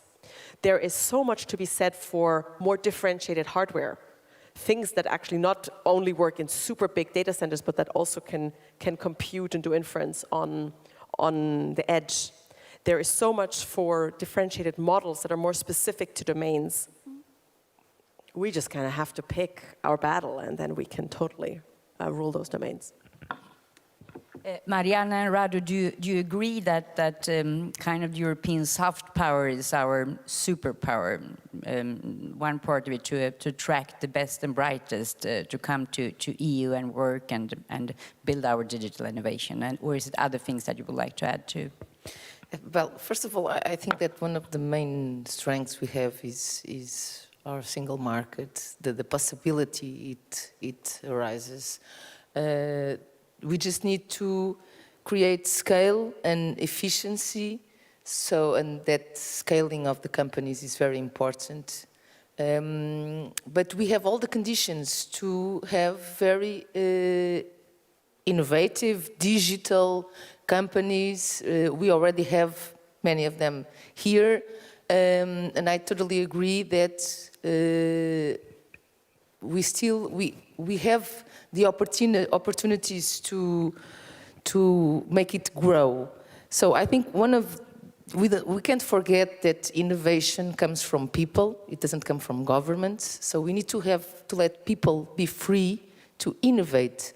So every type of barriers that we put on that freedom, we are restraining the innovation capability. So it's very important to have obviously those frameworks and those and harmonized standards, but to the rest, we just need to let people be free, not impose a lot of rules and regulations and all sorts of paperwork that companies need to deliver to exist or to do some kind of investment. We just need to let them be free, because if people are free, they are free to innovate. It will never be the government to be innovative. It has to come from the people. And another thing is that, for instance, public money, it can act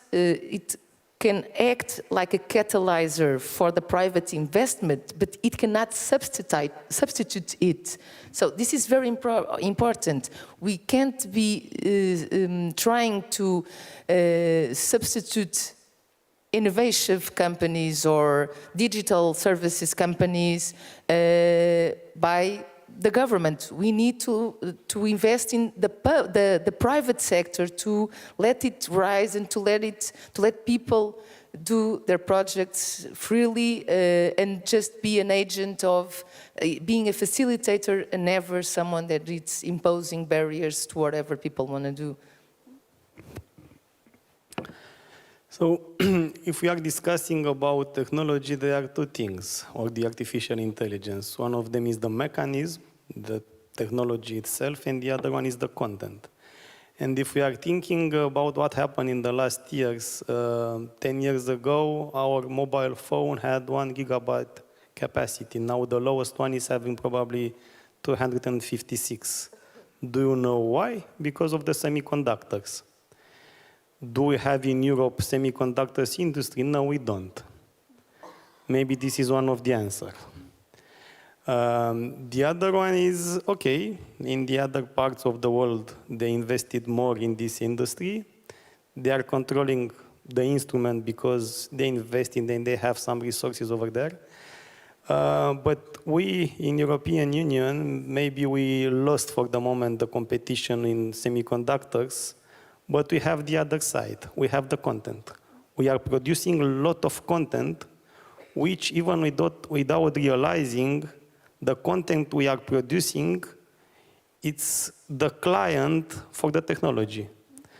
And maybe, I don't have a clear solution for this, but maybe this is something on which we should think on. We should use in our advantage the part of the technology, which is the content that is produced by us. And this is not done. It's not done. What the European Commission started to do in that direction is to finance the gigafactories. And the gigafactories, in fact, are those accelerators for the AI. So we are trying more and more to construct inside the European Union even the mechanisms that are able to consume the content we are producing. And into my opinion, as a software engineer, this is a very good first step. We should not fight with the ones that are producing semiconductors. We should follow them, and maybe we can do more on our side. From my perspective, this is what I'm seeing. They have the semiconductors. We have in Europe the content more than, and more important, not more as a volume. But we can also compete with them in terms of the algorithms, not in hardware, but in software. There are some very good software development in Europe. So even we here, we are forced to interact and to work with our competitors. That's how the technology it's increasing. All of you have raised the issue of free trade, and we know especially this year we've had kind of a few hits in this area, and all of you have also mentioned that you see the need of new markets around the world for the European Union, new free trade agreements, and Europe also needs to move kind of quickly to deliver because we are in a tough situation currently. Where would you see, I mean, the most opportunities for the European Union to get more of these free trade agreements? I mean, where do you see geopolitically, where do you see the quickest approaches and also from a long-term perspective? If I may, I could say something shortly. One very good aspect is that the European Union negotiated as a unit. We negotiated united. All of the specific problems from all the countries were collected inside the European Commission, and the European Commission negotiated for the entire European Union, and that approach increased our power. This was one of the very good things. The other, as we saw, we started to analyze the other options as well. The negotiations with Mercosur countries lasted for 12 years, if I correctly remember. And when we saw new tariffs from the United States, we speed up and we are ready to finish those negotiations. So when we receive a problem from one side of the globe, we started to analyze which are the other options, and we saw that there are some free space in the room in order to extend our trades. On the other side, I also said initially we should take care on the specific situation from the countries be part of the same member of the European Union. Because in some situations there is not a fair trade. And this should be resolved because we need to stay on the same table, and we need to feel that the European Commission is understanding all this context, and the European Commission is taking into account all these specific things when the European Commission is discussing with the United States especially. I think at the core of it, again, is we all feel today we need to have economic power to have a voice at those negotiation tables. And I would agree, there are three main points. One is fast-track mandates, to kind of go outside and really be able to discuss with ASEAN, with Mercosur, and to strike other deals, and also in a timely manner. I think also speaking with a joint voice is really important and critical. And I think thirdly also, where there are violations, where we see people are not playing according to the rules, we should implement countermeasures quite timely and say, hey, we understand the game and we can play the same game too. We don't want to, but we need to adapt to the reality. So I think it is not really about building walls like we see some of the big trading blocs doing. It's like, I don't think that's our attitude. It's not about building walls, it's about building options. Yes, obviously South America, Africa, Indo-Pacific, all markets that we need to have agreements and start looking at them and trading with them, so we can obviously diversify the markets that we operate in. But also, I think it's important to use the strengths that we have, because we have a lot of different countries with a lot of different dynamics, languages, everything, and start using that in our favor to benefit the type of agreements we make. Like, for instance, Brazil, which is a Portuguese country, language country, his preferential partner is China. Why aren't we when we have a country here that speaks Portuguese as well? So all those types of strengths that we have, the differences that we have in Europe can become our strengths when dealing with other markets. And I think we need to start using them in our favor. United in diversity, as the old slogan says. So I wanted to open up for questions from our lovely audience here. So I know I have some colleagues here with microphones that I hope can help me out on this one. So please raise your hand. And while we're waiting for the first questions, I wanted to ask you regarding the free trade agreements, the panel here. If the EU was tough enough when it comes to deal with some of the tariffs that were put on our head kind of recently. Well, I don't think that putting tariffs as a response is effective. I really don't think so. Because in the end, are all of us going to pay that? So I need that the non-depending on any country is the best way to make them negotiate. They have to negotiate. Otherwise, we can move to other countries, we can move to other areas of the globe and do trade with them. So I think that's the position we need to have, and I think that the agreement has a lot of issues still. In some areas, the tariffs are very high, and I think at the end we are going to pay for that. And I think that we need to be much more competitive so that our negotiational strength is very effective. If we are competitive, if we have several other markets to run to, if we as a continent and a whole group of countries are more investing in innovation, digital services, having more industry as well, we are becoming much more competitive, and that will obviously be something very powerful for us when we need to start negotiating whatever it is. I fully agree with what my panel colleagues said. We shouldn't start a war of adding tariffs.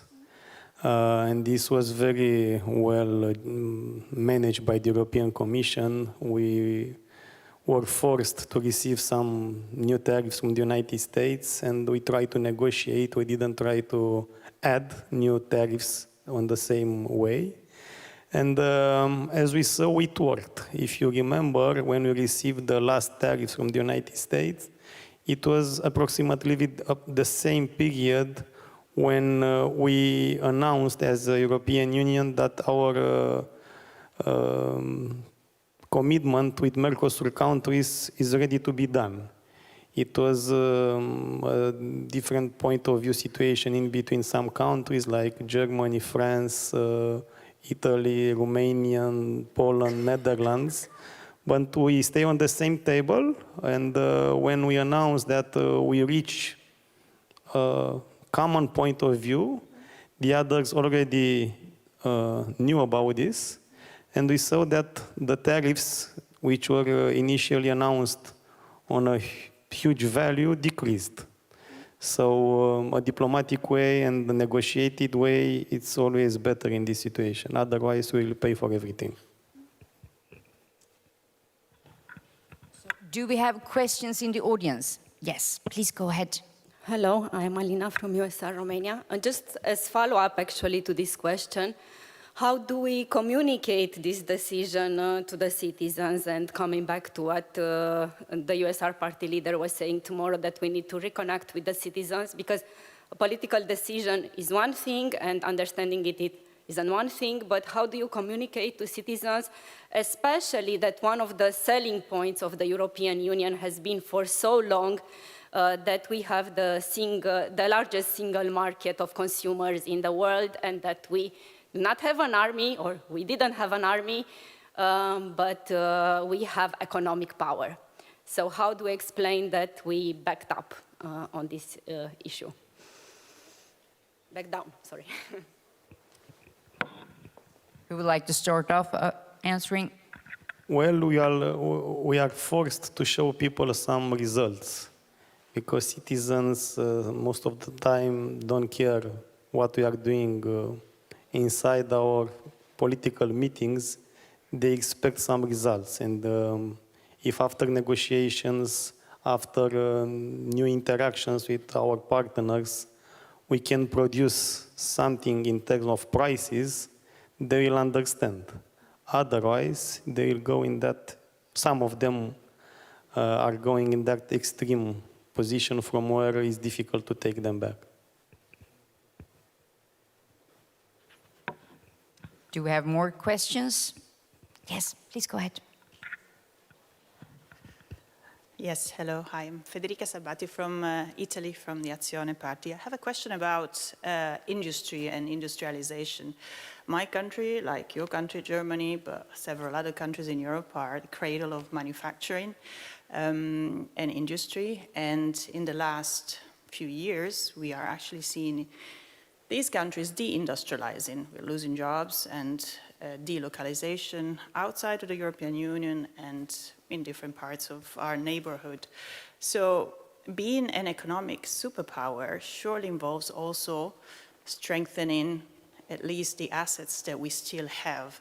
And I'm struggling a little bit at seeing how we can actually combine that with what is actually happening. And there's many things that we are doing right and many things that we are doing wrong also at the European level. Just one is, one that I always like to quote, is the Carbon Border Adjustment Mechanism, which is an interesting policy done with a very good intention, but what it means that if you're producing outside of the European Union and importing a finished product, you pay less than if you were importing into Europe the raw materials like steel and then producing here. So what happens, companies are just moving outside. So how do we address this, which is, on the one hand, if I want to see it negatively, self-inflicted, on the other hand, positive, because we want to have clean steel. How do we address this concretely so that we don't deindustrialize completely Europe and become just a wonderful place for tourism, which pays less in terms of jobs? Thanks. I would maybe start with an answer. I think there are different dimensions to this. If I look at Europe as a whole, and like as liberals, right, we kind of say, okay, what can the state fix about this topic, right? That's one of the questions. And then what do companies need to fix? Because it's not only politics, there's also some companies involved in fixing the problem. So on the state level, I think, when we look at Germany specifically, right, we see the economic growth curve is basically a horizontal deadline since 2019. We see investment is a horizontal deadline since 2019. We're at the level of 2015 of investments in Germany at the moment. That's horrible. And the state consumption is going up. That's the only line kind of trending up. So as a liberal, I look at this and I think that's not sustainable. So the state needs to pull back and focus on the essentials. That's, I think, one of the lessons, and that's true for all political levels, to create this freedom, right, that you were talking about. In Germany specifically now, when we look at the question of technology and technology adoption, the cost of bureaucracy is 0.5% of GDP every year, at least, like conservative estimates of leading think tanks. Phew. At the moment where our growth estimates are, that's like 50% of our GDP growth. That's quite substantial. But there is also an important factor, and that is sort of what would be the middle technology trap. That's kind of all over Europe in terms of investment from the private sector into those industries. And it probably follows the logic that you have just mentioned, that it's just no longer competitive, but it's also a question about having enough margins, being in high margin businesses that actually have capacity to invest. So this middle technology trap that I'm alluding to is basically the phenomenon of European companies invest about half as much in terms of GDP percentage into innovation and R&D as US companies. And we don't invest as much into high-tech sectors, but more into middle-tech sectors, which would be, in Germany's case, for example, the car industry, and not chips, semiconductors, AI, all these kind of topics. So that's a structural issue that we have to address, and we have to make investment there more attractive again and set the parameters. And I think one component for that politics has to fix again is also the cost of energy. The cost of energy is a really big factor. If we want AI, if we want manufacturing to be a big factor in the European Union, the cost of energy, I know in Germany this is like top of mind problem. It's just like we need to fix it, because if we want prosperity, we will need energy. There's just no two ways to think about this if we look at historic data. And that is something where we need political will and political decisions to happen, and to happen fast. We have two more questions. Thank you so much, Nicole. We have two more questions from the audience. Can you please be short, and also the answers could be to the point. Please go ahead, you first. Yes, thank you. My name is Malte. I am from the Social Liberals of Denmark. Thank you for a great discussion. I think that maybe the climate and environmental concerns have taken a slight backseat in this debate.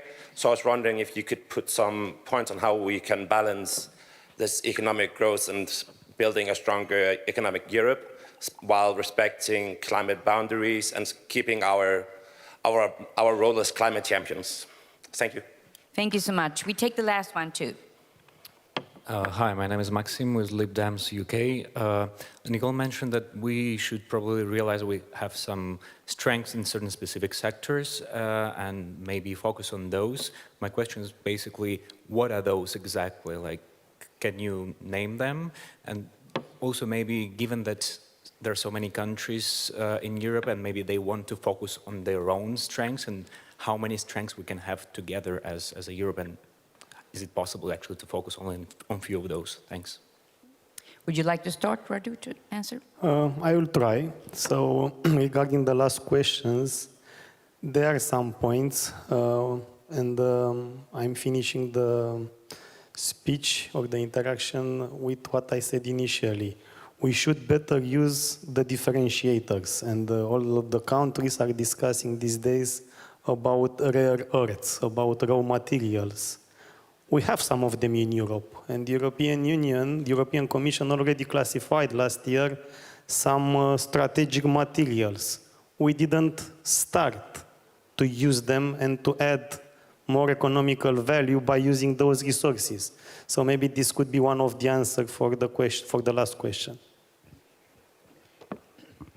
So I think I'm not sure where. Okay.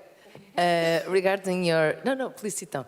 Regarding your question, I think that obviously there's a concern that and there's a lot of policies and regulations and laws that take in consideration all the necessary safety procedures to maintain an environmental defense and so on. But we just need to maintaining that perspective that obviously innovation, industrial, have to scale, but having that concern in consideration, we just can't allow that the excess of regulations regarding any type of subject be a constraint. And I think that's a balance that it's very hard to get, but I do believe that we can manage that and we can improve, we can industrialize even more, we can invest in innovation and having all that that we need to make us a superpower and still maintain a concern about environmental and climate and everything to make sure that the future generations are being considered as well in everything that we do. Yes, and I think I'm going to let Nicole because he asked you directly. So I think if we define superpower, for me a superpower is not defined by the number of laws we pass, but by the amount of breakthroughs we get. And I think our job is, as a society and as a political sphere, to come together and say, hey, we have a discussion about where we want to go, what are the goals that are important to us, and then we unleash the power of the innovators and of the people to kind of reach those targets. And I think in environmental policy, to be quite honest, we've become way too granular and way too detailed and nitty-gritty and not kind of saying, okay, these are the big goals. Let people figure out how to reach those goals. Let companies and innovators figure out how to reach those goals. I think that's a way more effective way to go there. And then when we have them, and maybe to bridge this with the question that you had, if I look, for example, at fusion energy in Europe and the startup scene, we have some amazing startups there, but we have to figure out how to keep them in Europe and how to scale them. That would kind of bridge those two, because we want energy, and let's say we want abundant energy, maybe energy too cheap to meter, but we don't want it to destroy the planet at the same time. That's a goal, let's say, that's a goal. And now everybody, you have clarity, that's the goal of the European Union, go for it. And if you invest here and whatever, we'll create mechanisms to keep you here and to make the life easy for you to achieve a solution to this goal. To the specific sectors, I think when you look at all the sectors, for example, I was alluding to this earlier, that bridge the physical and the digital world. So in machinery and manufacturing, for example, we have, right, bridging it back to what you were saying, we actually have a lot of knowledge that is very hard and still not perfectly modeled in these AI models. And that's an area where I would focus much more attention. I would focus a lot of energy on these high precision industries, right, where it's not about 80-20, it's about delivering a safe medical device, delivering a very precise engineering solution, etc. Because that's what we've been traditionally really good at, and combining that with AI. Those are specific startups, for example, and applications I'm very excited. Logistics, for example, really excited about what's being created here in European countries, in European startups. Maybe a complementary segment of the answer is to stay using what we have instead of use a lot of time for searching on things we don't have.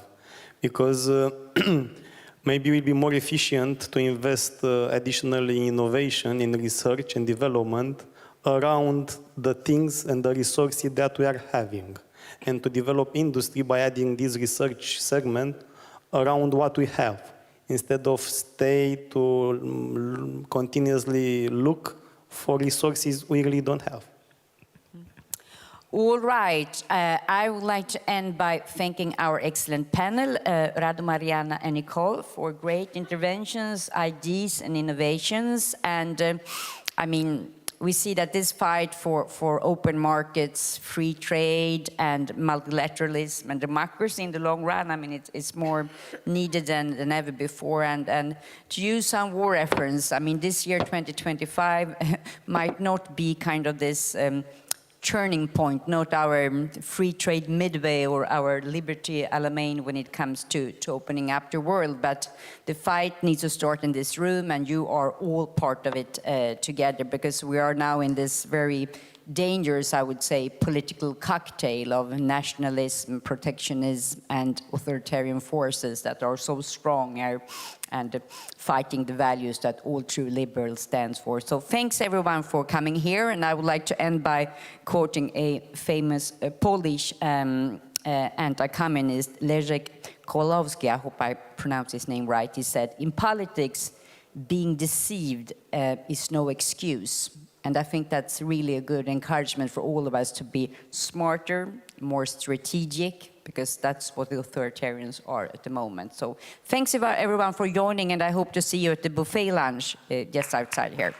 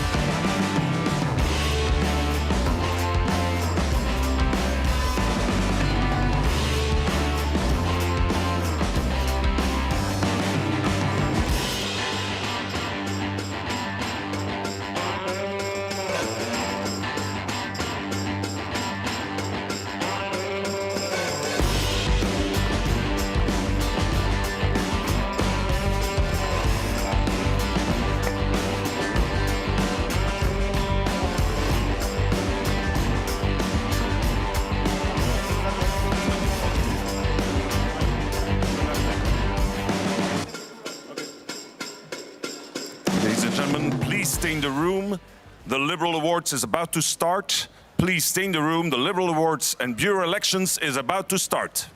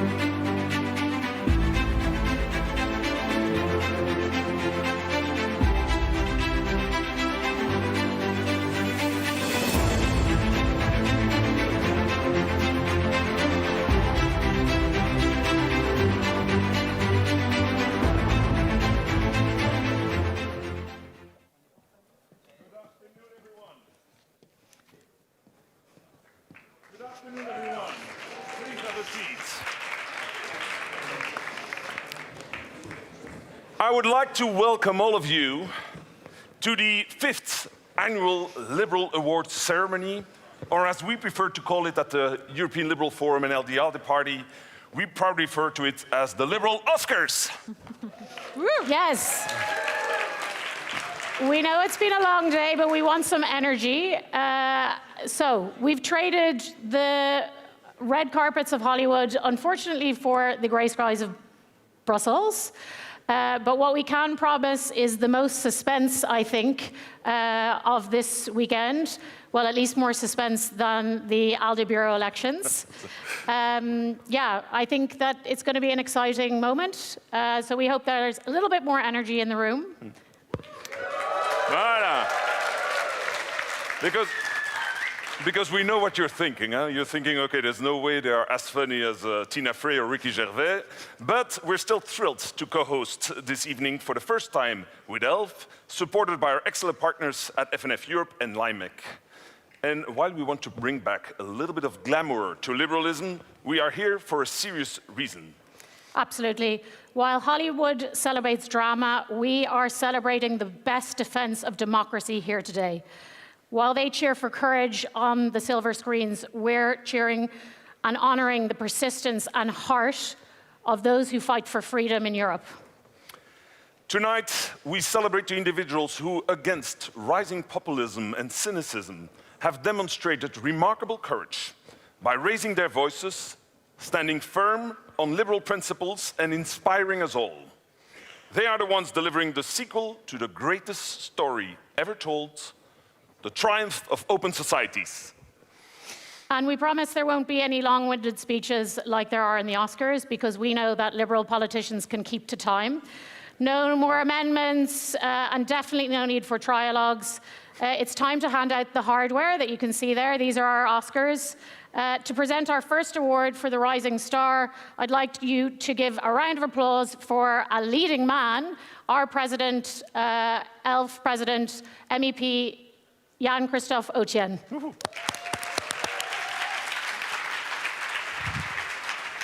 Thank you, Alva. Thank you, Diederik. And welcome to those Liberal Awards.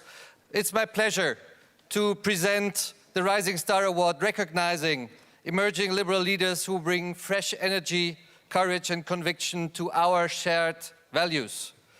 This award honors those who are shaping the future of liberalism with new ideas and fearless determination. Those who remind us that we must never stop fighting for democratic values. This year's nominees were Marijke Sineuve from D666 in the Netherlands. Please applaud her.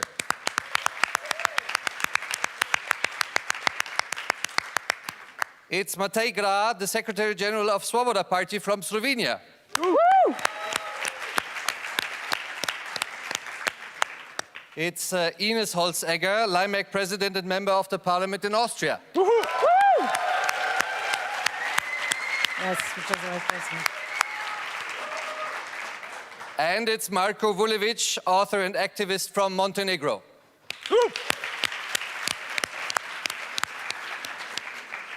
So this year's recipient has become a powerful voice for digital rights and youth participation, spearheading Stop Chat Control campaign that united young Europeans in defending privacy and democracy in the democratic age. This year's Liberal Awards for Rising Star goes to Ines Holzegger. Woo!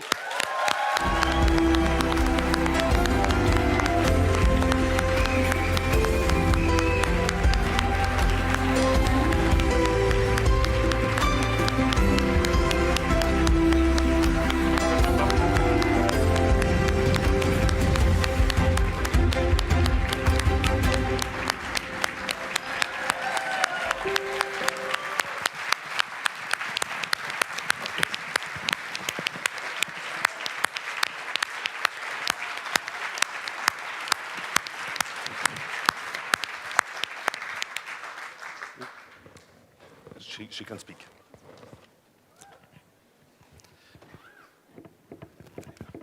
Thank you so much. Thank you so much. I'm really thankful for the nomination and also the prize. It really means a lot to me. Digital rights has been accompanying me for quite a while now, and I'm really happy that I get to now also shape politics in the Austrian parliament on these issues. Because I'm convinced that now more than ever, we have to realize that privacy is not a nice to have, it's a must have. And with digital tools being all the more present everywhere, it is our political responsibility to make policies not for when governments are in favor and obliged to go with the rule of law and human rights, But for governments, and we've heard it today before, that do not care about these issues, I'm of course not alone, and I'm really thankful that the Stop Tech Control, or now Let Tech Control Finally Die campaign have been done with my great team in Leimek. And my work in the Austrian Parliament, I would not be able to do it with an amazing parliamentary group. So thank you so much for supporting me, also getting stronger, being able to rise to the occasion. Without you, I would not be able to do it. So thank you so much, and also for the prize.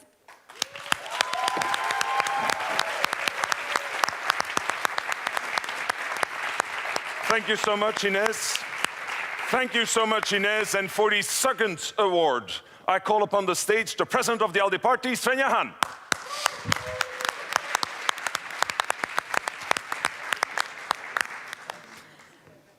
I must say it's a great honor for me to present the Liberal of the Year award, a recognition of those who have shown extraordinary courage, conviction, and an impact advancing liberal values. This award celebrates individuals who speak when silence is easier, who take action when others step back, and who remind us that defending freedom often comes at a cost. This year, nominees were Blagomir Kotsev, the mayor of Varna, We Continue the Change. The members of the PSG youth in Serbia, Strijan Djurec, Davor Stefanovic, and Mladen Cvijetic. Ed Davey from the Liberal Democrats Party in England, Surab Girci Yaparici from the More Freedom Party in Georgia, Marietje Schaake from D66, the Netherlands, Burak Dalgin from the Turkish Parliament, and Matakos, European Commissioner on Enlargement. I must say, this year's winners' bravery inspired nationwide protests and gave a voice to a generation refusing to accept injustice. They stood up bravely against corruption, authoritarianism, and media manipulation. Just until yesterday, these young activists were under house arrest. A stark reminder that freedom and democracy are not given. They are fought for every day, and sometimes at a high personal price. The winners of the Liberal of the Year award is going to be the PSG youth activists Strijan Djurec, Mladen Cvijetic, and Davor Stefanovic.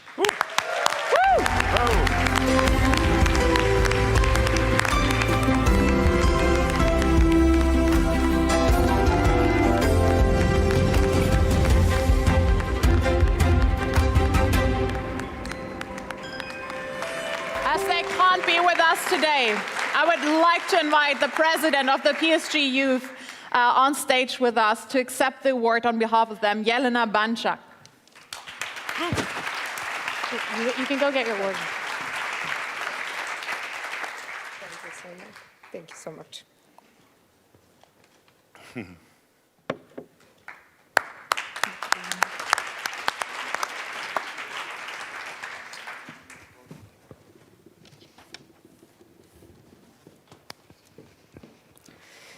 Dear Liberal friends, my name is Jelena Banjac. I am the president of PSG Youth, the youth wing of the Serbian Liberal Progressive Party movement of free citizens. Some of my colleagues, young, passionate, deeply committed and incredibly brave activists, don't have the chance to speak to you. I'm here to share their story and thank you in the name of Srđan, Davor and Mladen, your 2025 Liberals of the Year. We are only a couple of days away from 1 year anniversary of terrible tragedy and crime that took place in Novi Sad, Serbia, the collapse of the train station that killed 16 people. The government's response immediately brought reasonable suspicion that the primary cause of the collapse was corruption. Today, Serbia is constant in protest. peaceful citizens are on the streets, while regimes beats them and brutally represses those who dare to think differently. One such example of demonstrated repression is the campaign against our members. They were arrested because of an informal conversation that was illegally recorded in our office. They spent 7 months under house arrest, without a chance to see or speak with anyone. However, in this story, there's some good news. Yesterday, we received the news that they have been released from the house arrest and now can defend themselves.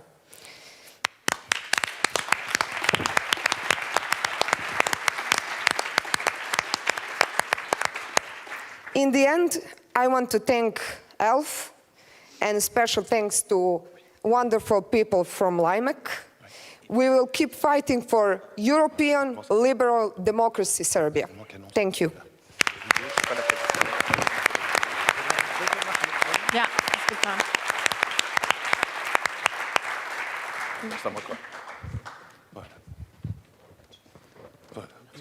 Super. The winners in the middle, obviously. Okay. Super.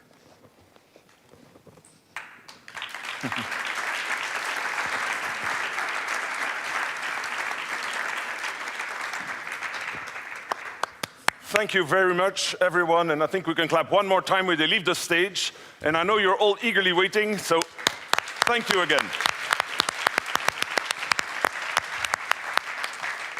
So now, ladies and gentlemen, we're going to be brief and quick. We're going to switch back to the ALDE part, the official part of the Congress, because without further ado, I would like to move to the announcements of the Bureau elections.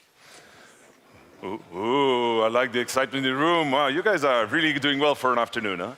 So I'll start with some numbers while they change the screen. And I'll first tell you that in total, the total amount of votes that could have been cast if everybody was present and everybody would have voted is 538. However, we had 324 voting delegates that were inside the building. You still following? 324. Now, very important, because that's an interest of several. You know that we have a rule that a non-EU vote cannot exceed 1/3, and then we have to compensate. We did not have to do that. So this is, again, another moment where there's no need to make any distinction. So there have been casted for the election of VP 242 votes. 242 individuals have expressed 349 votes. You understand why? Because some were having a proxy. For the treasurer, we had a total of 234 votes that have been cast, and 234 people expressed 338 votes. Still following? Okay, you provoked me, so I'll explain one more time. 234 individuals expressed a total of 338 votes. But it's now time to announce the results. And the video is coming up right now. If you're holding your breath. For Dan Barna, 282 votes were expressed. For Malik Azmani, 270. For Eva Scher, 248. And the results show like this. Congratulations, they are all elected.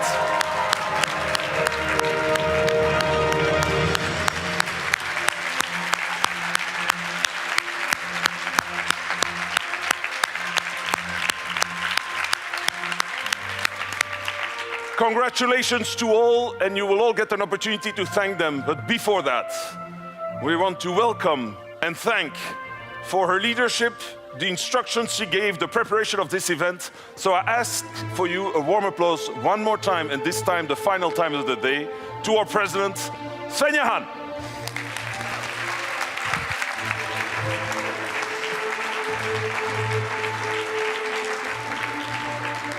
Well, first, let me congratulate my colleagues. I'm really, really looking forward to continue working with you on the path we have started. But dear friends, dear delegates, dear guests, I want to first take the time to thank all of those that you may have not seen during the days. because they were working tirelessly behind the scenes, making this Congress a success. I would say let's give them a round of applause.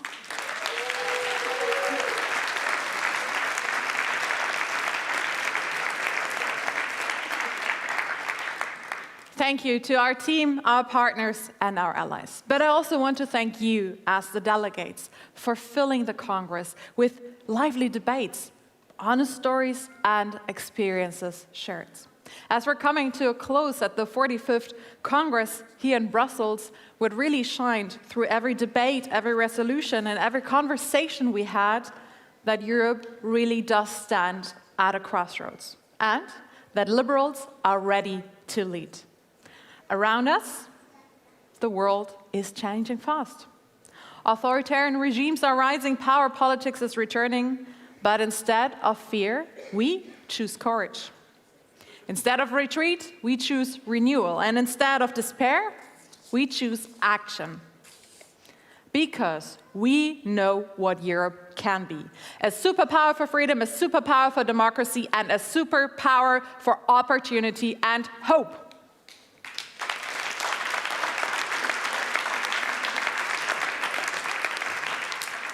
This weekend, we have shown that our liberal family does not just talk about the future, we are building it. We want a Europe that leads economically, by innovation, by entrepreneurship, by empowering people and not bureaucracy. A Europe that stands strong in defense, protecting its citizens and its democracy and its way of life. And a Europe that acts united in the world, a diplomatic force for peace, climate action, and human rights. Our message to Europeans is clear. Liberalism is not a relic of the past, it's the roadmap to the future.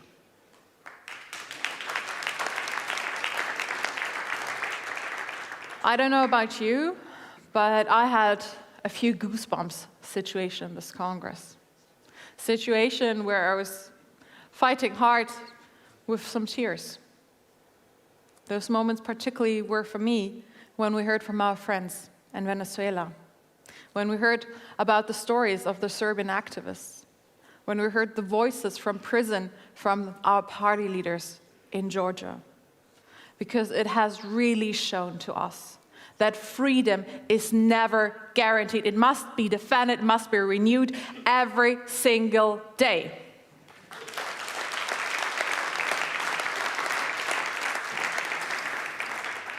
So, dear friends, I hope that you leave Brussels with inspiration and determination in your hearts.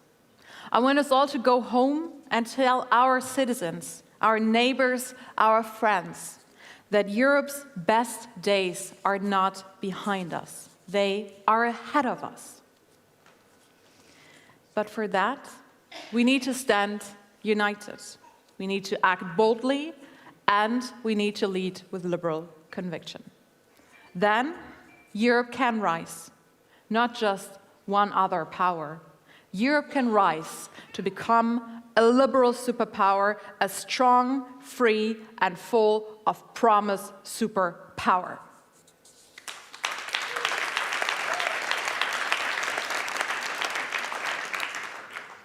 Thank you so much. I'm so grateful for the debates we had. My heart is so full and my head is full of inspiration. And I can say I am already now looking forward to see you all again on the 12th and 13th of June in Vienna for our next Congress. Safe travels and see you next year in Austria.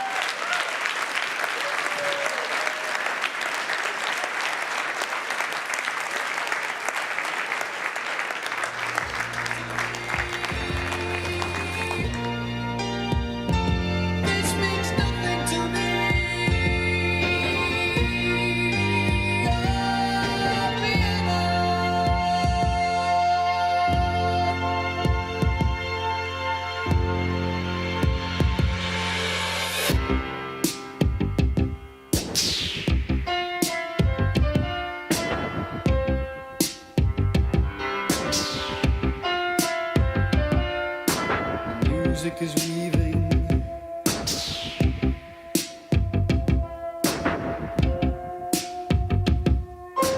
Hunting notes, pizzicato strings, the rhythm is calling.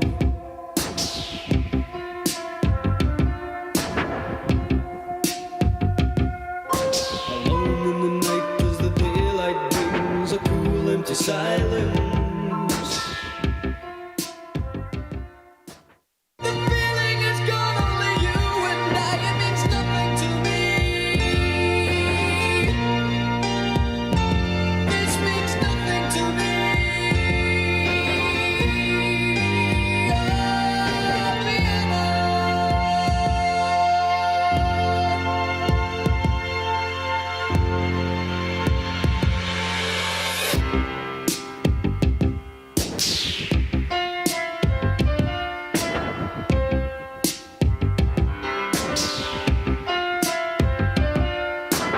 Music is weaving.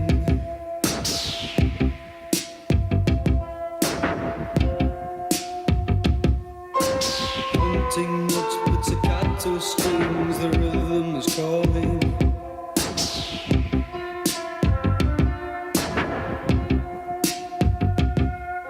Alone in the night as the daylight brings a cool empty silence.